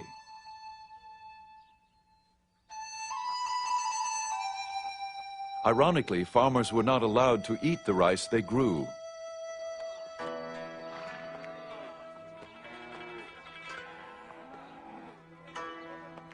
These taxes were collected by the daimyo to finance their elaborate processions to Edo, and to pay the stipends which supported the samurai class.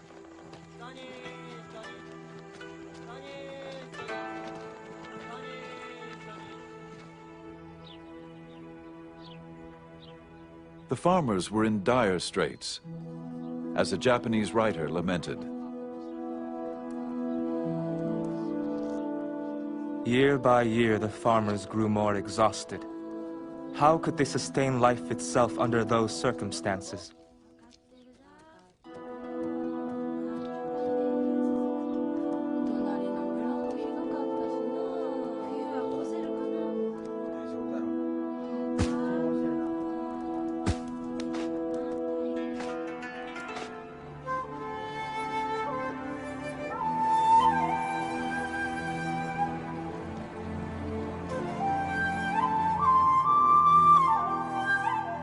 In the Shimabara Peninsula in the far south of Japan, drought and famine further depleted the meager harvest.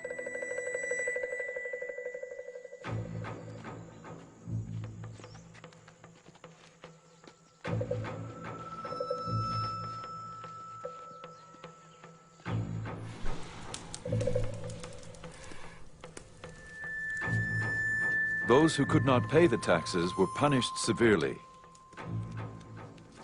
In mid-December 1637, a single event ignited the long smoldering fuse.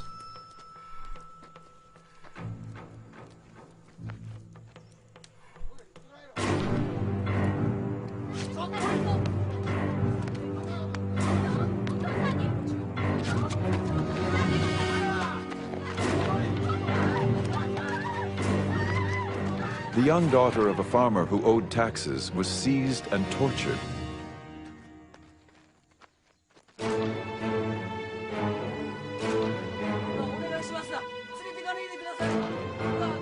Furious with grief, the father and his friends killed the local governor, and the whole village, samurai, peasants, and Christians, rose in revolt. Soon the whole area was in the hands of the rebels, nearly 40,000. So what began as a social upheaval, a social revolt against the tremendously harsh taxation against the peasants, leaving the peasants almost starving, what began as that somehow developed into a Christian rebellion. A European merchant reported on the rebellion. A few days after the outbreak, the Christians joined the farmers. They cry out throughout the whole country that the time had now come to revenge the innocent blood of so many Christians and priests, and that they are prepared to die for their faith. The rebels swarmed into an abandoned castle surrounded on three sides by the sea. Feeling protected, they brought in their wives and children and barricaded themselves inside.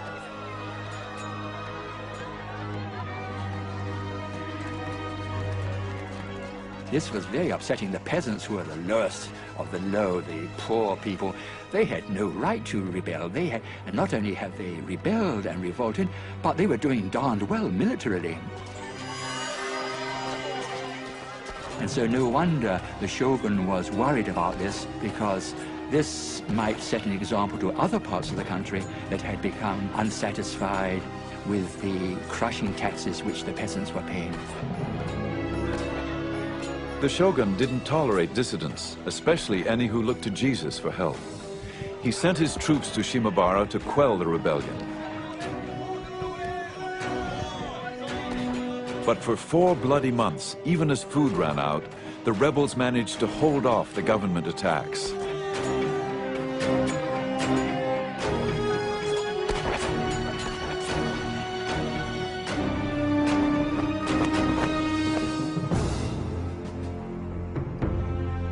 The shogun was so incensed at the continuing rebellion that he asked the Dutch to send a ship with cannons against the besieged castle. The Dutch were reluctant to take part in this campaign, but nevertheless they desperately wanted to hold on to this toehold which they had in trade with Japan. And so if they didn't obey the order of the shogun, he might well say, well, okay, you can pack up and go home. The shogun ordered the castle set ablaze. Still, the rebels fought back. But in the end, their fate was sealed. And the castle fell finally through starvation. And then followed a dreadful slaughter.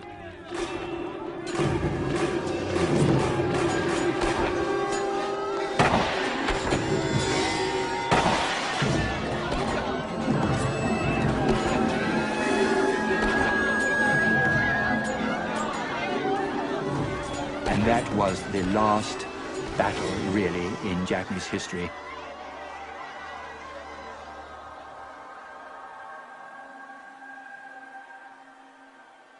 The Shimabara rebellion was the excuse the shogun needed to finally eradicate Christianity from Japan. The shogun decided draconian measures.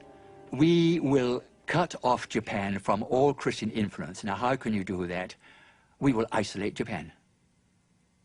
These foreigners, of course, so much trouble, I suppose he was thinking. They are an unnecessary complication to our life. So why not try to preserve Japanese society as is now? We don't want changes. The third shogun issued laws restricting travel outside of the country. On penalty of death, no Japanese could leave Japan, and those who were already abroad could not return. To ensure his edicts were obeyed, he destroyed all ships of seagoing capacity. Then he forbade the entry of any ship of European origin. Only the Dutch were allowed to stay and trade, but with severe restrictions. The maritime restrictions are designed to prevent any unauthorized contact with the outside world. They're designed to control trade, and they're designed to prevent Christian missionaries from reaching Japan and being able to proselytize. And they form the bedrock of Tokugawa foreign policy for the life of the shogunate, which is sometimes called the beginning of the isolation of Japan. Two years later, in defiance of the shogun's ban, an official Portuguese trade delegation arrived in Japan.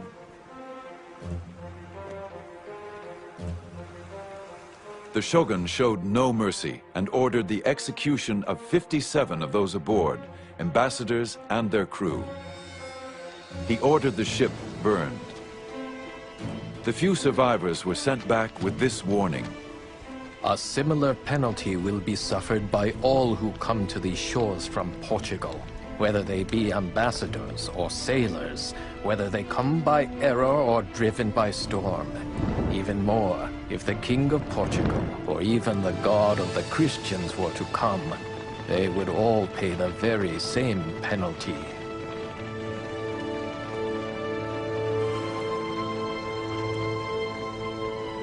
The doors of Japan clanged shut and were not opened again to the West for 200 years.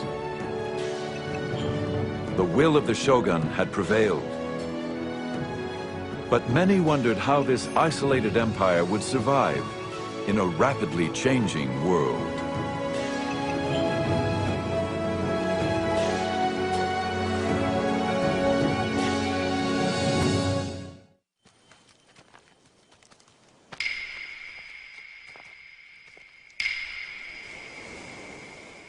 Early on the morning of July 2nd, 1853, a Japanese fisherman reported a strange sight. I was told there were ships on fire. I ran up the mountain to get a good look.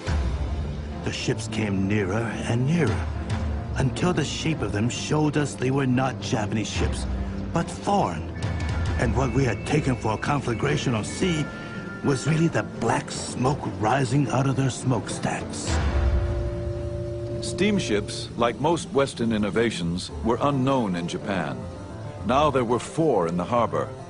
The American squadron, armed with cannons and almost 1,000 men, was ready to force its way onto Japanese shores.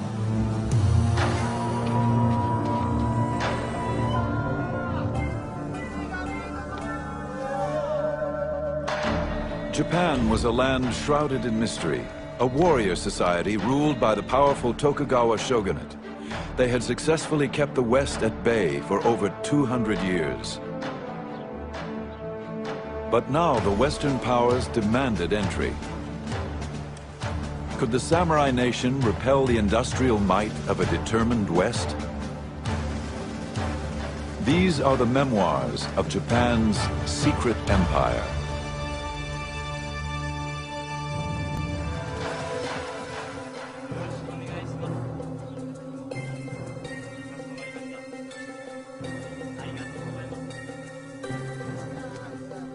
All those who are in contact with us are bound by an oath and signed with their blood not to talk or entrust to us information about the situation of their country, their religion, and secrets of government.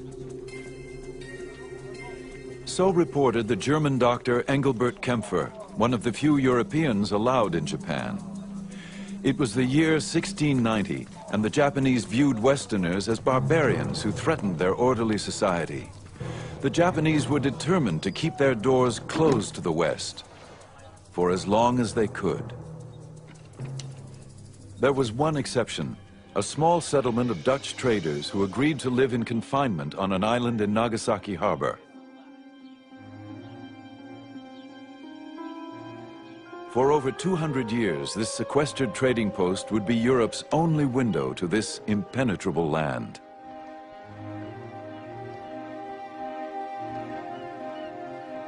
The Dutch East Indies Company sent Dr. Kempfer to provide medical care for the Dutch community. He was also asked to gather information about the everyday life of the Japanese. It would not be an easy task. We are strictly and strongly guarded from the inside and the outside by various guards treating us not like honest men, but like criminals, traitors, spies, prisoners, or to say the least, hostages of the shogun. This jail goes by the name of Dejima. The Dutch lived like prisoners on Dejima. But Kempfer was fascinated by the opportunity to write about something nobody else could get access to. Dejima was tiny. Kempfer counted 236 steps across and 82 wide. There were never more than 19 men allowed on the island at a time, and never any Western women. Far from home, the men did what they could to transform the unfamiliar Japanese-style buildings into a little touch of Holland. They placed chairs and high tables on the woven grass mats, replaced futons with poster beds, and insisted on being served Dutch food rather than eating Japanese.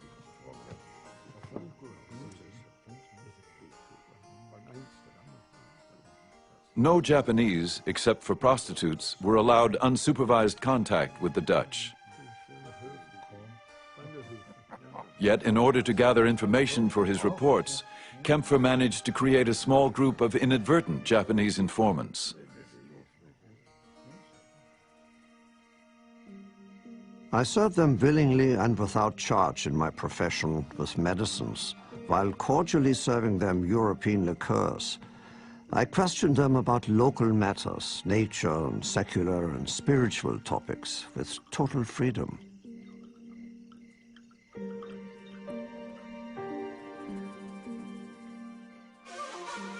The Japanese were as inquisitive as Kempfer.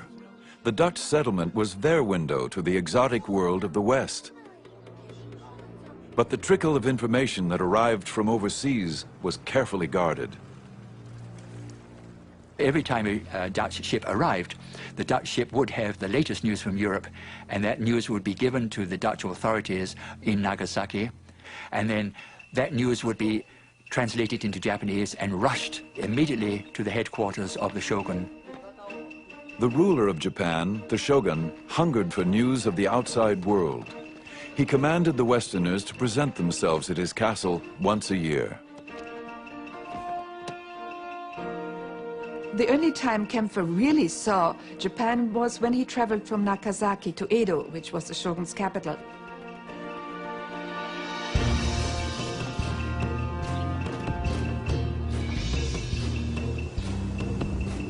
The road trip to Edo gave Kempfer revealing glimpses into the world of the Japanese. He recorded every detail of his month-long trip.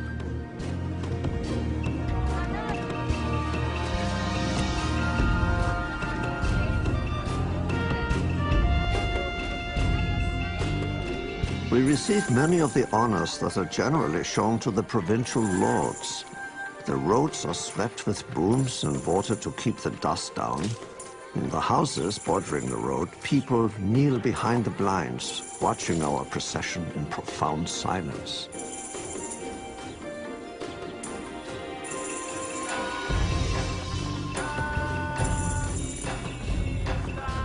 An incredible number of people daily use the highways of Japan's provinces.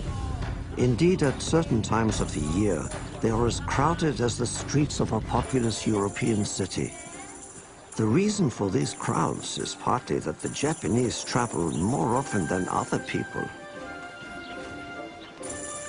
Kempfer would write about all of the travelers, samurai and their lords called daimyo, merchants and roadside performers, Buddhist monks, and a group of young women who dressed like nuns. They cover their shorn heads with silk hoods and adorn themselves nicely.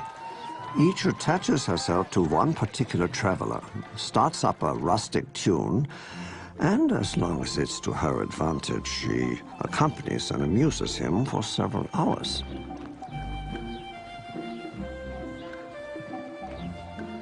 As the road traffic grew, so did the number of merchants who catered to the travelers' needs.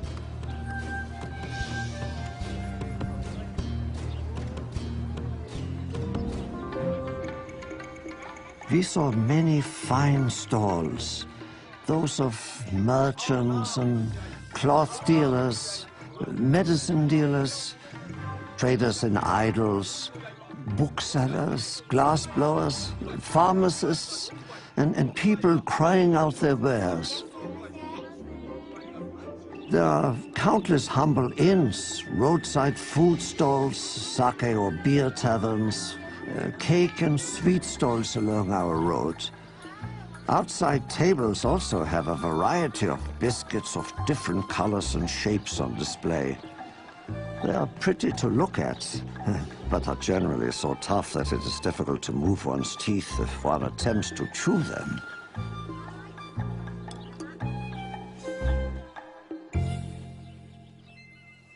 Tradesmen, once considered social parasites, were beginning to improve their position in Japanese society. Successful street peddlers became roadside merchants, who would eventually build bigger stores and even move to the cities. Kempfer was witnessing a changing way of life in Japan that would soon shake the very foundations of this highly ordered society. The samurai weren't allowed to engage in trade, so the merchants' standard of living was rising, while that of the samurai was falling, and that was just not appropriate for Tokugawa society, where the samurai were the top class. The samurai were the elite ruling class, less than 10% of the population. In Tokugawa, Japan, one was born a samurai, and only a samurai had the right to carry 2 swords. Obligation and loyalty to one's daimyo master formed the basis of their warrior code.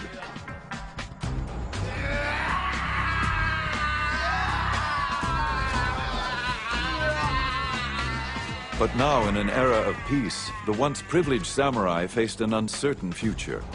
There were no wars to fight, and many daimyo found it difficult to keep a full army on staff. While higher-level samurai could find work as civil servants, other samurai were not allowed to work in occupations considered beneath their class.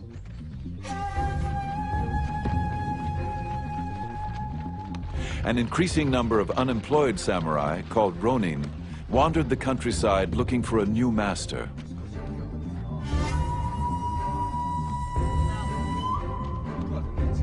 The search for new opportunities led many to the cities. And there was no more rapidly growing city than Edo, later to be known as Tokyo. Edo was the capital of the Tokugawa shogunate and Dr. Kempfer's destination. Here he would finally come face to face with the shogun, the most powerful person in Japan.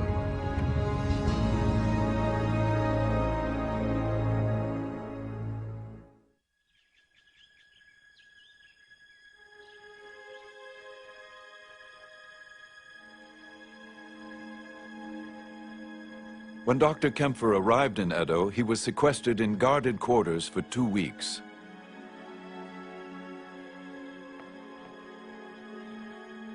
Finally, he was summoned to appear at the castle of the 5th shogun, Tokugawa Tsunayoshi.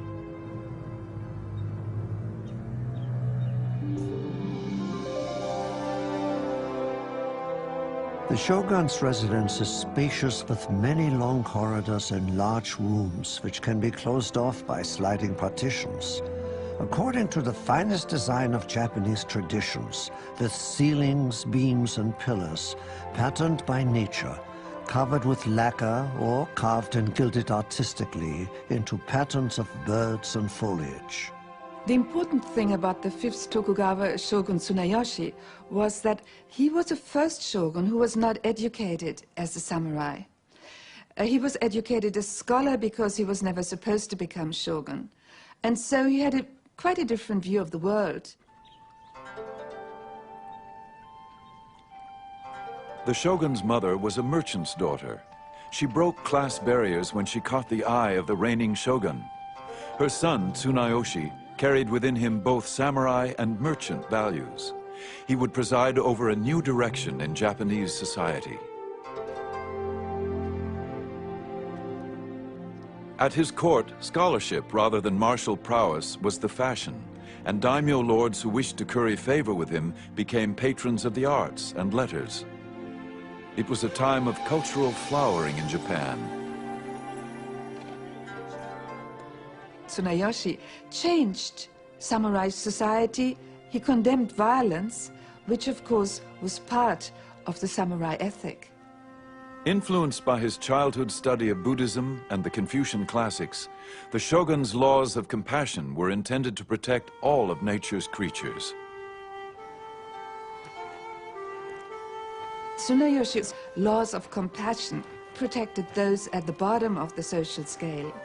He had laws against infanticide, and that is quite advanced. Children were abandoned when parents couldn't no longer feed them. They were simply left to die.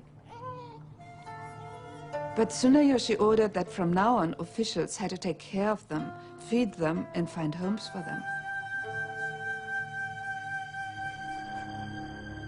But Tsunayoshi was also known for lavishing the national treasury on his own pleasures, and he began to pursue his reforms to harsh and unpopular extremes. Born in the year of the dog, Tsunayoshi issued strict laws protecting dogs. The samurai kept large number of dogs in their mansions, and those who were not wanted were let go and roamed the city, and often attacked children. Nobody wanted to be responsible for a dog, but he of course could not order that these dogs be killed. He ended up building dog pounds, and apparently there were eventually some 40,000 dogs which were fed in dog pounds, and of course the feudal lords, the daimyo, had to pay for that. Tsunayoshi would become known as the dog shogun. Dr. Kempfer observed with humor, When dogs die, they are carried up the mountains and buried no less carefully than people. A certain farmer laboriously carrying his dead dog up the hill complained to his neighbor about the year of the birth of the shogun. The other replied, "My friend, let us not complain. If he was born in the year of the horse, our load would be much heavier." It was the dog shogun who Dr. Kempfer was finally summoned to meet. After a month-long trip and 2 weeks of waiting, Kempfer was so impressed with the experience, he drew sketches to illustrate his account of the command performance. After we had been drilled for 2 hours, he ordered us to take off our cloaks, to dance, to jump, to play the drunkard, to speak broken Japanese, to sing. At the demand of the shogun, we had to put up with providing such amusements and perform innumerable other monkey tricks. Engelbert Kempfer and the 5th shogun shared one thing, and that was a great curiosity. But at the audience, the shogun sat behind a bamboo screen. And he asked Kempfer to come close to the bamboo screen, even take his wig off, and dance and sing for him. And Kempfer strained his eyes to be able to see what the shogun looked like and his wives behind the bamboo screen. But they never were able to talk to each other directly. The shogun and the doctor would meet only 3 times, but each provided a brief glimpse for the other into his world. Kempfer's account of Japan became a bestseller. It first appeared in English, then it was translated into Dutch, French, several translations, even Russian. And basically, all knowledge until the 20th century was based on Kempfer's so-called history of Japan. Japan had no desire to open its doors to the West. The country was at peace, but the economy was in decline. Thousands of disenfranchised samurai warriors would keep the nation on edge.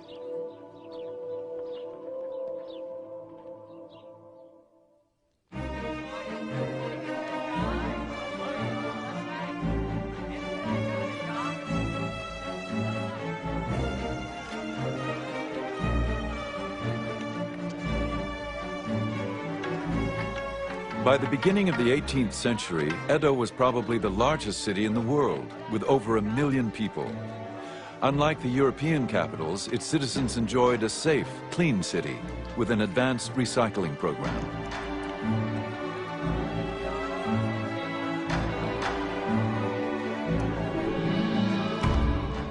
And it was prosperous beyond measure.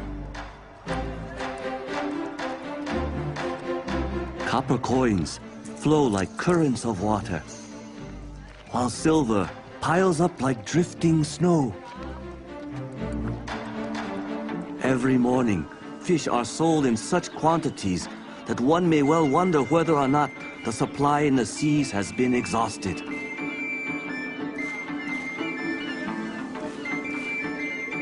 Visible in the distance is Mount Fuji, rising in all its magnificence against the horizon. At least half of Edo's population were samurai warriors who had come to the capital with their daimyo lords. Since there were no wars to fight, the samurai had leisure time, but not always the means to enjoy it. The downside of the era of peace for samurai was that the samurai weren't allowed to engage in commerce, and therefore gradually they see a lot of wealthy merchants more able to do all of the things that they want to do because they have more money than your common samurai. Ironically, merchants who catered to the needs of the samurai were the ones who benefited. They could now afford to get education, develop their taste, cultural taste, and emulate the high-class samurai whom these merchants always admired and envied. The social barrier was breaking down. Since the beginning of the Tokugawa era, a restrictive class structure had kept everyone in their place. Although the classes were not supposed to fraternize, the rules began to bend.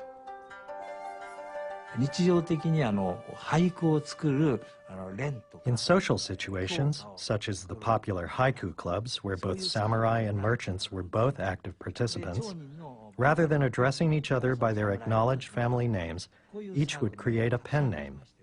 In this way, they freed themselves from adhering to the rigid rules demanded by their social standing.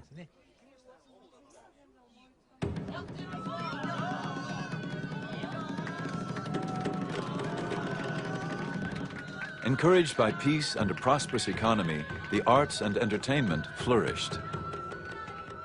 Samurai interest in education had encouraged literacy among all social groups. 85% of the male population of Edo were avid readers. In 1800, there are about 120 or more haiku poetry circles. And also there are about 500 bookstores and very active publishing activities. The people demanded these books and information. They want to read exciting fictions. Some of the best-selling novels of the day were written by a merchant-turned-author named Ihara Saikaku. His books celebrated the era's emerging pop culture, a totally new genre in Japanese fiction. Saikaku haunted the streets of Edo for his literary material. He knew prostitutes and daimyo, as well as beggars and merchants. And he wrote about them all with unabashed candor and ribald humor, especially the newly prosperous merchants who tried to emulate the refined samurai.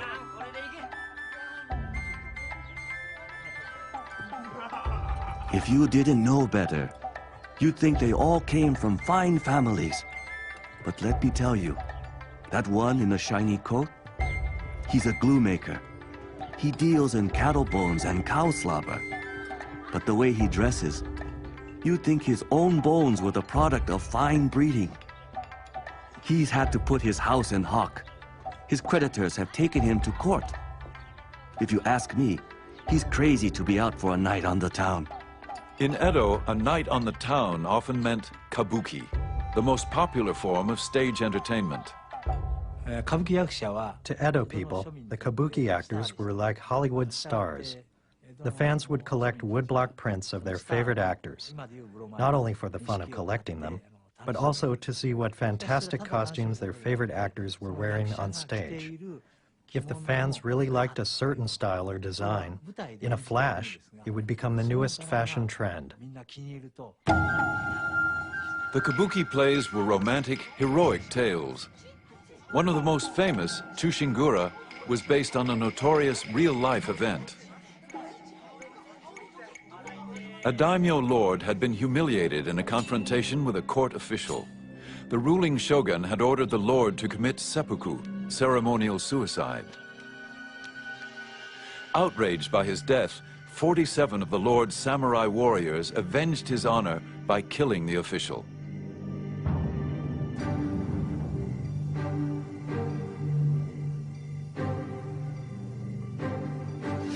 This presented the ruling shogun with a dilemma. The samurai had obeyed their code of honor, yet they had challenged the shogun's authority. The people begged for clemency, but the shogun would not yield.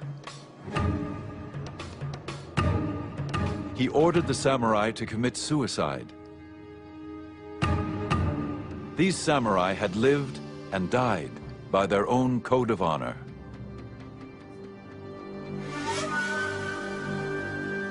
The incident captured the public's attention like no other. Soon these men were immortalized on the kabuki stage, a nostalgic tribute to a bygone era. It represented for them the ideal that samurai were so selfless and devoted to honor and to their lord that they would give up their lives. And this was reassuring to them in a messy, commercialistic world in which most samurai spent their time drinking and partying and watching the theater and being selfish like us. Here there are 47 samurai, really act like warriors.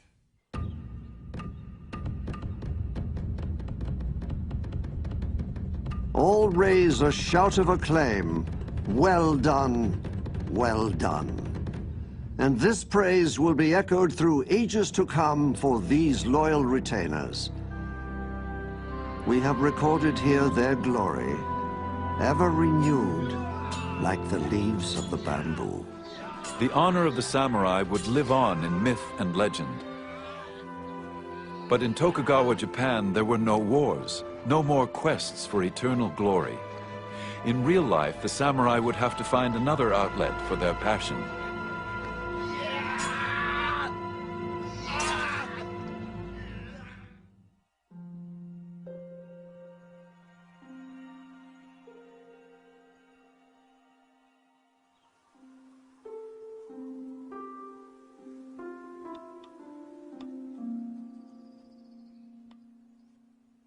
The courtesan arranges her clothing so that the red silk undergarment will flip open to reveal a flash of white skin.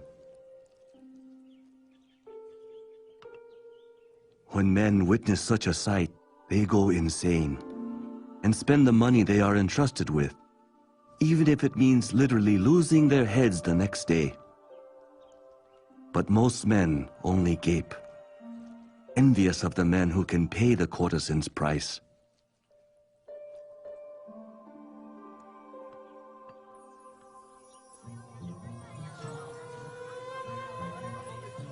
More than 3,000 courtesans and geisha plied their trade in Yoshiwara, the pleasure district of Edo. Yoshiwara was government regulated, an effective tool for keeping the restless male population under careful control. Like soldiers on perpetual leave, the samurai often spent their idle hours and squandered their meager stipends on its seductive illusions. Yoshiwara was a dreamland for Edo men. It gave them fantasy, imagination, and romance. It was like a Hollywood, where celebrity was so important. Gated, walled, and surrounded by a moat, it was a city unto itself. No Westerner was ever allowed to explore its pleasures.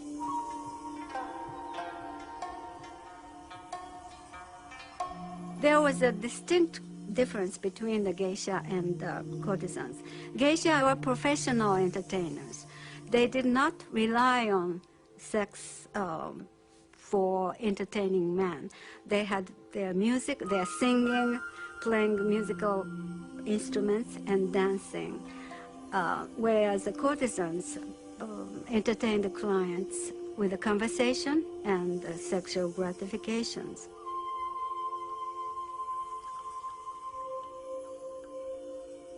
Yoshiwara courtesans were the elite of the prostitutes.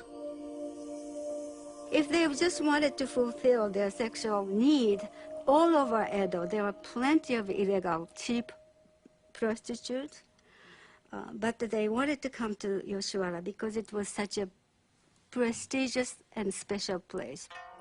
Recruited at a young age from impoverished families, both geishas and courtesans were schooled in fastidious etiquette and endowed with a magnificent sense of style and artistic refinement. Their ability to hold a conversation about the latest play or city scandal was as important as what came afterwards. The courtesans and their clients gathered in neighboring tea houses. They were stylish centers of elegance and wit, much like the London coffee houses of the same period. To properly partake of Yoshiwara's delights was an art in itself.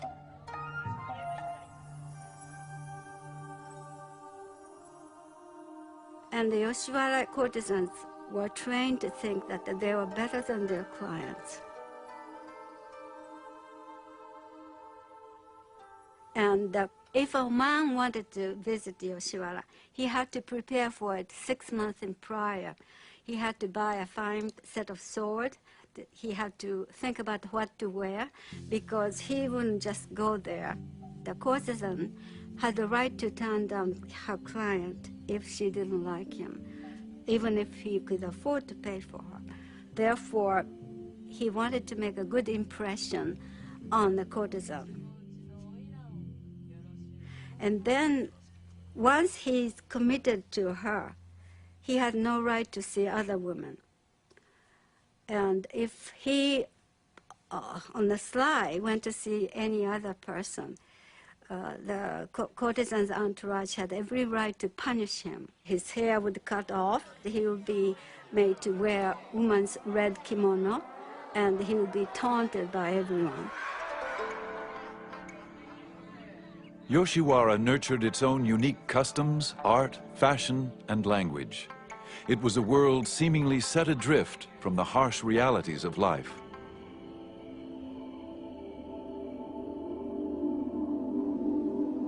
Living only for the moment, giving all our time to the pleasures of the moon, the snow, cherry blossoms and maple leaves. Singing songs, drinking sake, caressing each other, just drifting, drifting. Never give a care if we had no money, refusing to be disheartened, like a gourd floating along the river current. This is what is called ukiyo, the floating world.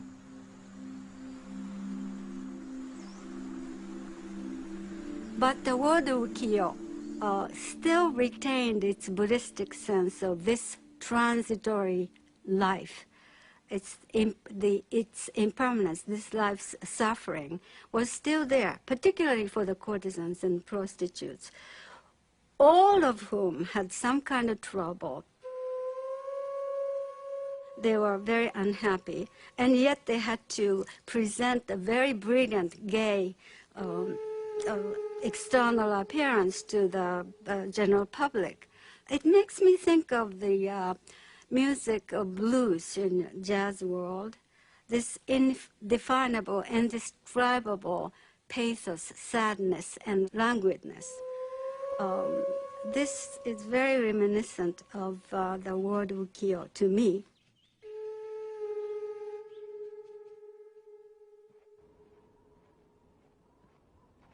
For the samurai who frequented Yoshiwara, times were changing. They continued to train daily for battle, but without a war to fight, many became aimless. Today's warriors, all they talk about is women, eating and drinking, actors and dramatic productions. Their fencing practice and lance work are only for personal vendetta. Their study of archery and gunnery are solely for show. They're riding just for ceremonies. Katsu Kokichi was a mid-level samurai drawn to Yoshiwara, but without the income to fulfill his desires. I was 21 and penniless. I had no choice but to sell my everyday sword. I had only the clothes on my back. To take my mind off my woes, I went to the Yoshiwara.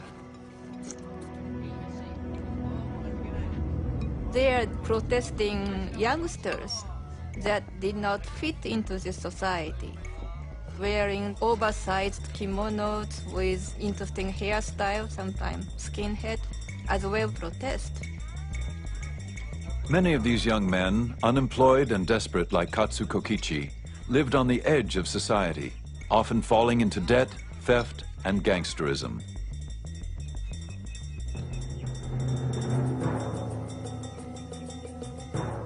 When we entered the shrine precinct, a couple of sharp-looking characters sauntered up to us, humming a tune. Without warning, my body spat in the face of one of the men.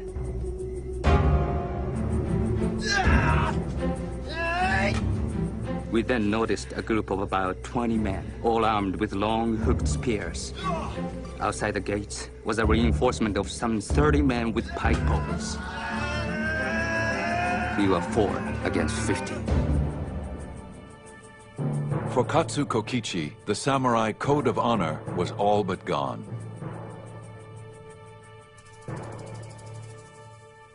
By the middle of the 18th century, the expensive delights of Yoshiwara were no longer affordable for most samurai. The pleasure district took on an increasingly ugly edge. And the brothel keepers lost their pride. They had become slaves of money-making, and they became much less compassionate. Some of them became very, very cruel and treated prostitutes miserably, and there was some death. Toward the end of the period, the sick prostitutes were not given medication or care, and when they died, they were just thrown into a pit for nameless dead. Feeling alone, just like floating weeds cut off at the root, I may just follow where the water may take me.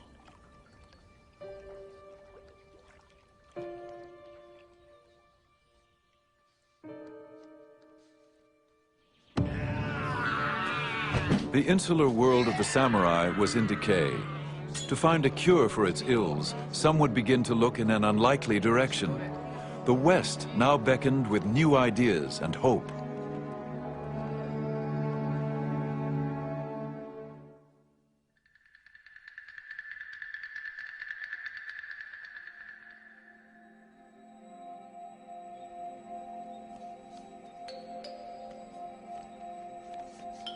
I couldn't read a word, of course, but drawings of the viscera, bones, and muscles were quite unlike anything I had previously seen. Physician Sugita Genpaku couldn't read Dutch, but when he stumbled upon a Dutch anatomy book, he was stunned by the drawings. He had never seen anything like it in his Chinese medical books. In the mid-18th century, Western books, first brought clandestinely from the Netherlands, piqued the interest of many Japanese scientists and doctors. それまであまり行われてなかった Sugita Genpaku received permission from the government to order the first sanctioned autopsy of a criminal's corpse for scientific study. The corpse of the criminal was that of an old woman of about 50 years. The old butcher pointed to this and that, giving them names, but there were certain parts for which he had no names. When we compared what we saw with the illustrations in the Dutch book, it was exactly as depicted.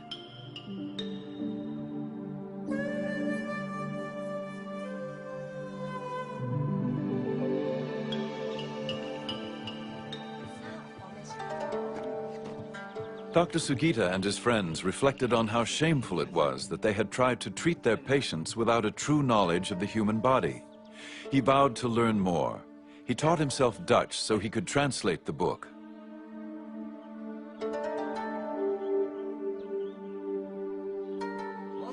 The next day, we met and began. Gradually, we got so we could decipher 10 lines or more a day. After 2 or 3 years of hard study, everything became clear to us. The joy of it was as the chewing of sweet sugar cane.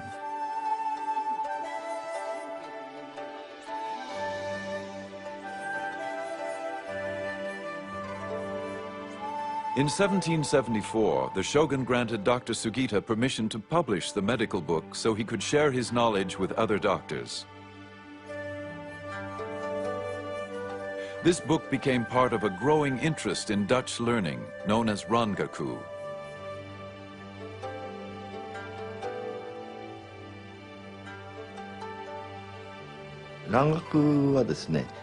Originally, Rangaku had to do with medical studies. When physicians discovered they could heal ailments with the new Western medicine from Holland that they couldn't heal with the traditional Japanese medical practices, they became very interested in the study of Rangaku. Gradually, as knowledge of the Dutch language became more widespread, other aspects of Rangaku, such as astronomy, science, and chemistry, were introduced to Japan.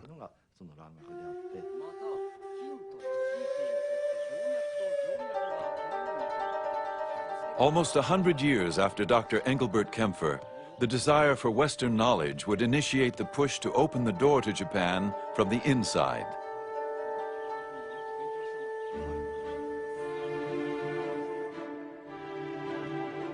And yet, as attractive as Western knowledge was to some Japanese intellectuals, there were others who believed that anything Western still threatened Japanese society.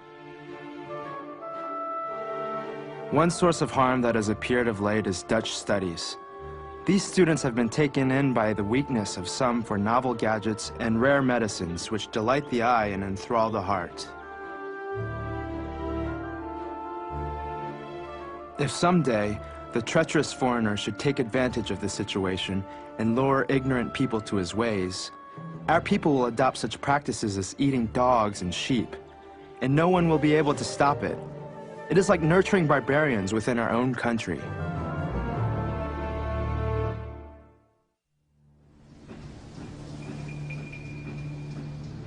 Today, the alien barbarians of the West, the lowly organs of the legs and feet of the world, are dashing across the seas, tramping other countries underfoot, and daring with their squinting eyes and limping feet to override the noble nations. What manner of arrogance is this? Japan had managed to keep the alien barbarians at bay for more than 200 years. But now, in the mid-19th century, the West was poised to assert itself. The shogun is faced with a strategic threat on 3 fronts. From the north, the Russians are coming. From the south, the British are coming. And ultimately, from the east, the Americans come. The new country of the United States of America was on the move. Japan was known to have large coal deposits and something else in abundance: whales. Whale oil, which literally greased the wheels of American industry, was a multi-million-dollar business. Whale hunters had depleted the North Atlantic oceans. Now America looked eastward to Japan. If that double-bolted land Japan is ever to become hospitable, it is the whale ship alone to whom the credit will be due. So wrote Herman Melville in his classic tale of the great white whale that haunted the waters off Japan. By the time Moby Dick was published in 1851, the United States was ready to assert its power.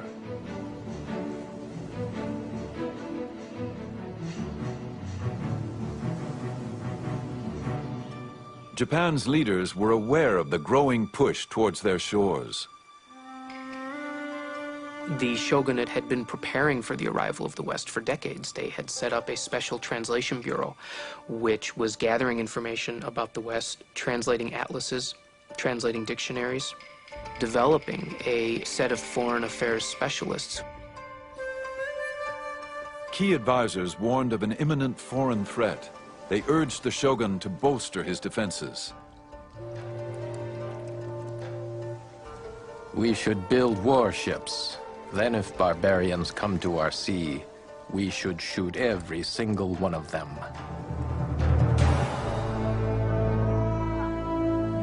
Others feared that Japan could not serve as a worthy opponent to the West.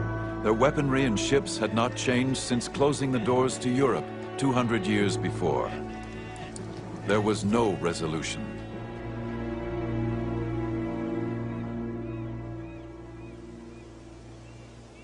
Then, early in the morning on July 2nd, 1853, a local fisherman reported this strange sight. I was told there were ships on fire. I ran up to the mountain to get a good look.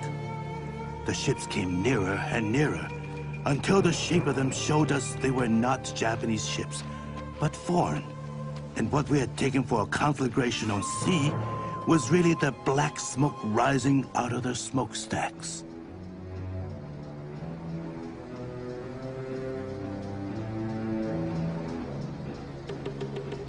These steamships dwarfed any ship ever built in Japan.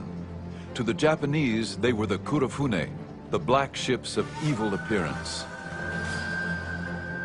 On board were some 60 cannons and almost 1,000 Americans. And they landed not in the foreigners' port of Nagasaki, but rather in the forbidden waters of Edo Bay, the shogun's own capital city.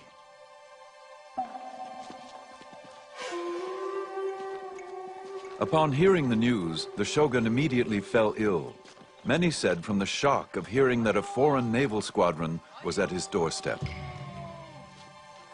His advisors tried to deal with the crisis.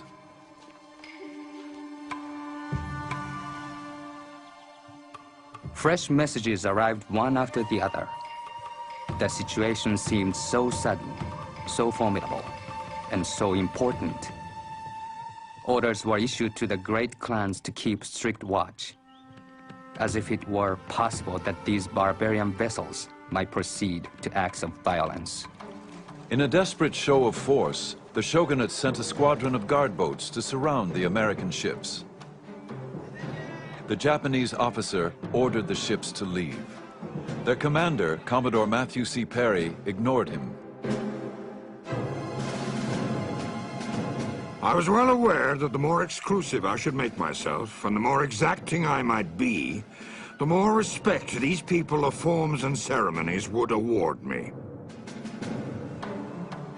5,000 samurai warriors armed with swords and antiquated cannons lined the shores. Again, their chief officer commanded Perry, leave Edo Bay immediately. The Commodore refused. I endeavor to inculcate the idea that the government of the United States is superior in power and influence to Japan. The honor of the nation calls for it, and the interest of commerce demands it.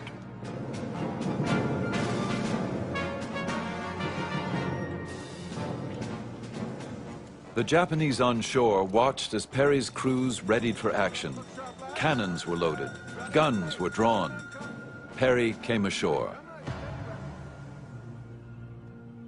Perry presented his papers and delivered his ultimatum. He would be back, and he expected Japan to comply with America's demand to open the country for trade. If not, he was prepared to take Japan by force. He would return in the spring for his answer. Then he and his squadron left Edo Bay.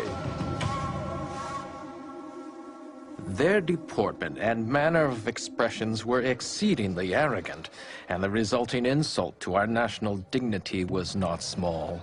Those who heard could but gnash their teeth and suffer this insult in silence. After the barbarians had retired, a certain person drew his sword and slashed to bits a portrait of their leader, Perry. There was great fear of Perry. There were the portraits of Perry as a devil. There were the portraits of his ships belching fire. All of this served to whip up, near hysteria on the part of portions of the Japanese populace. At the same time, there's fascination. There's fascination with Perry. There's fascination with these ships, these enormous ships that hadn't been seen before. There's fascination with the technological prowess of the Americans. To complicate matters, the shogun had died, and the new shogun was mentally unfit. His advisors took charge, but they could not reach agreement. The head of the shogunate decides that he is going to poll all of the daimyo in Japan. What should the shogunate do? This is a radical break with tradition. The authority of the shogunate is to deal with foreign relations. The title of the shogun, of course, is the great barbarian quelling generalissimo. And yet here is the head of the shogunate asking the daimyo what he should do. Two positions are staked out, one being known as the open the country argument. The Americans do not understand the ethics of humanity and justice. There will be no choice but to start trade with them. The other side being revere the emperor and expel the barbarian. The Americans have come to seize Japan. Therefore, if we don't drive them away now, the other foreign powers will follow. We are in a dangerous situation. While the debate raged, the shogunate remained indecisive. The end of the year was filled with half-hearted compromises and inadequate attempts at coastal defense.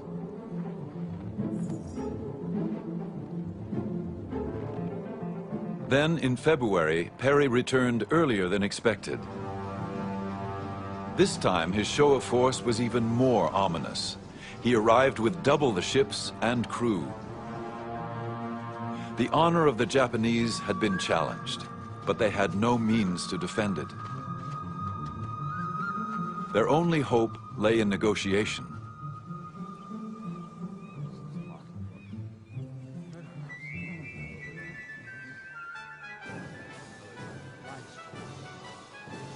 As soon as Perry came ashore, the talks began. They went on into the night and for the next 23 days.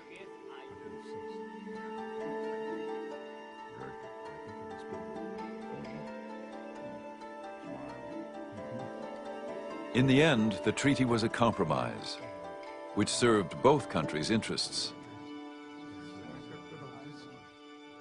Perry got what he wanted, which was to establish a relationship between Japan and the United States. The shogunate got what it wanted in not surrendering its control over foreign relations and opening Japan up to unregulated trade. I'm not sure that the shogunate has been given enough credit for choosing peace over war. And you can say that the shogunate chose to open up relations with America and the West out of weakness, but it didn't have to. The shogunate took the practical decision, and they chose peace, and thereby preserved the integrity and territorial sovereignty of their country. Before signing the treaty with Perry, the shogun arranged a social evening, a prerequisite for conducting business in Japan that continues to this day. Sumo wrestlers displayed their strength. The first one invited Perry to punch him in the stomach. Another wrestler hoisted 2 huge bags of rice over his head to show his strength. Perry offered champagne and whiskey. He gave the Japanese gifts. Among those of particular interest, a telegraph, a camera, and a quarter-scale steam railroad, unlike anything the Japanese had ever seen. Japanese engineers would quickly make plans to replicate them.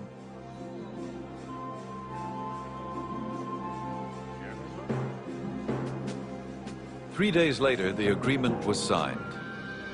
It was not long before Japan signed trade agreements with Russia, England, France, and Holland. Despite its accommodation to the West, the days of the Tokugawa dynasty were numbered. No longer was the warrior class to control the destiny of Japanese society. Within 10 years, the samurai were officially disbanded. But the samurai ethic had been indelibly engraved into Japanese culture. In 1868, the 15th shogun stepped down. With his departure, 265 years of rule by the Tokugawa family had come to an end. The modern era of Japan had begun.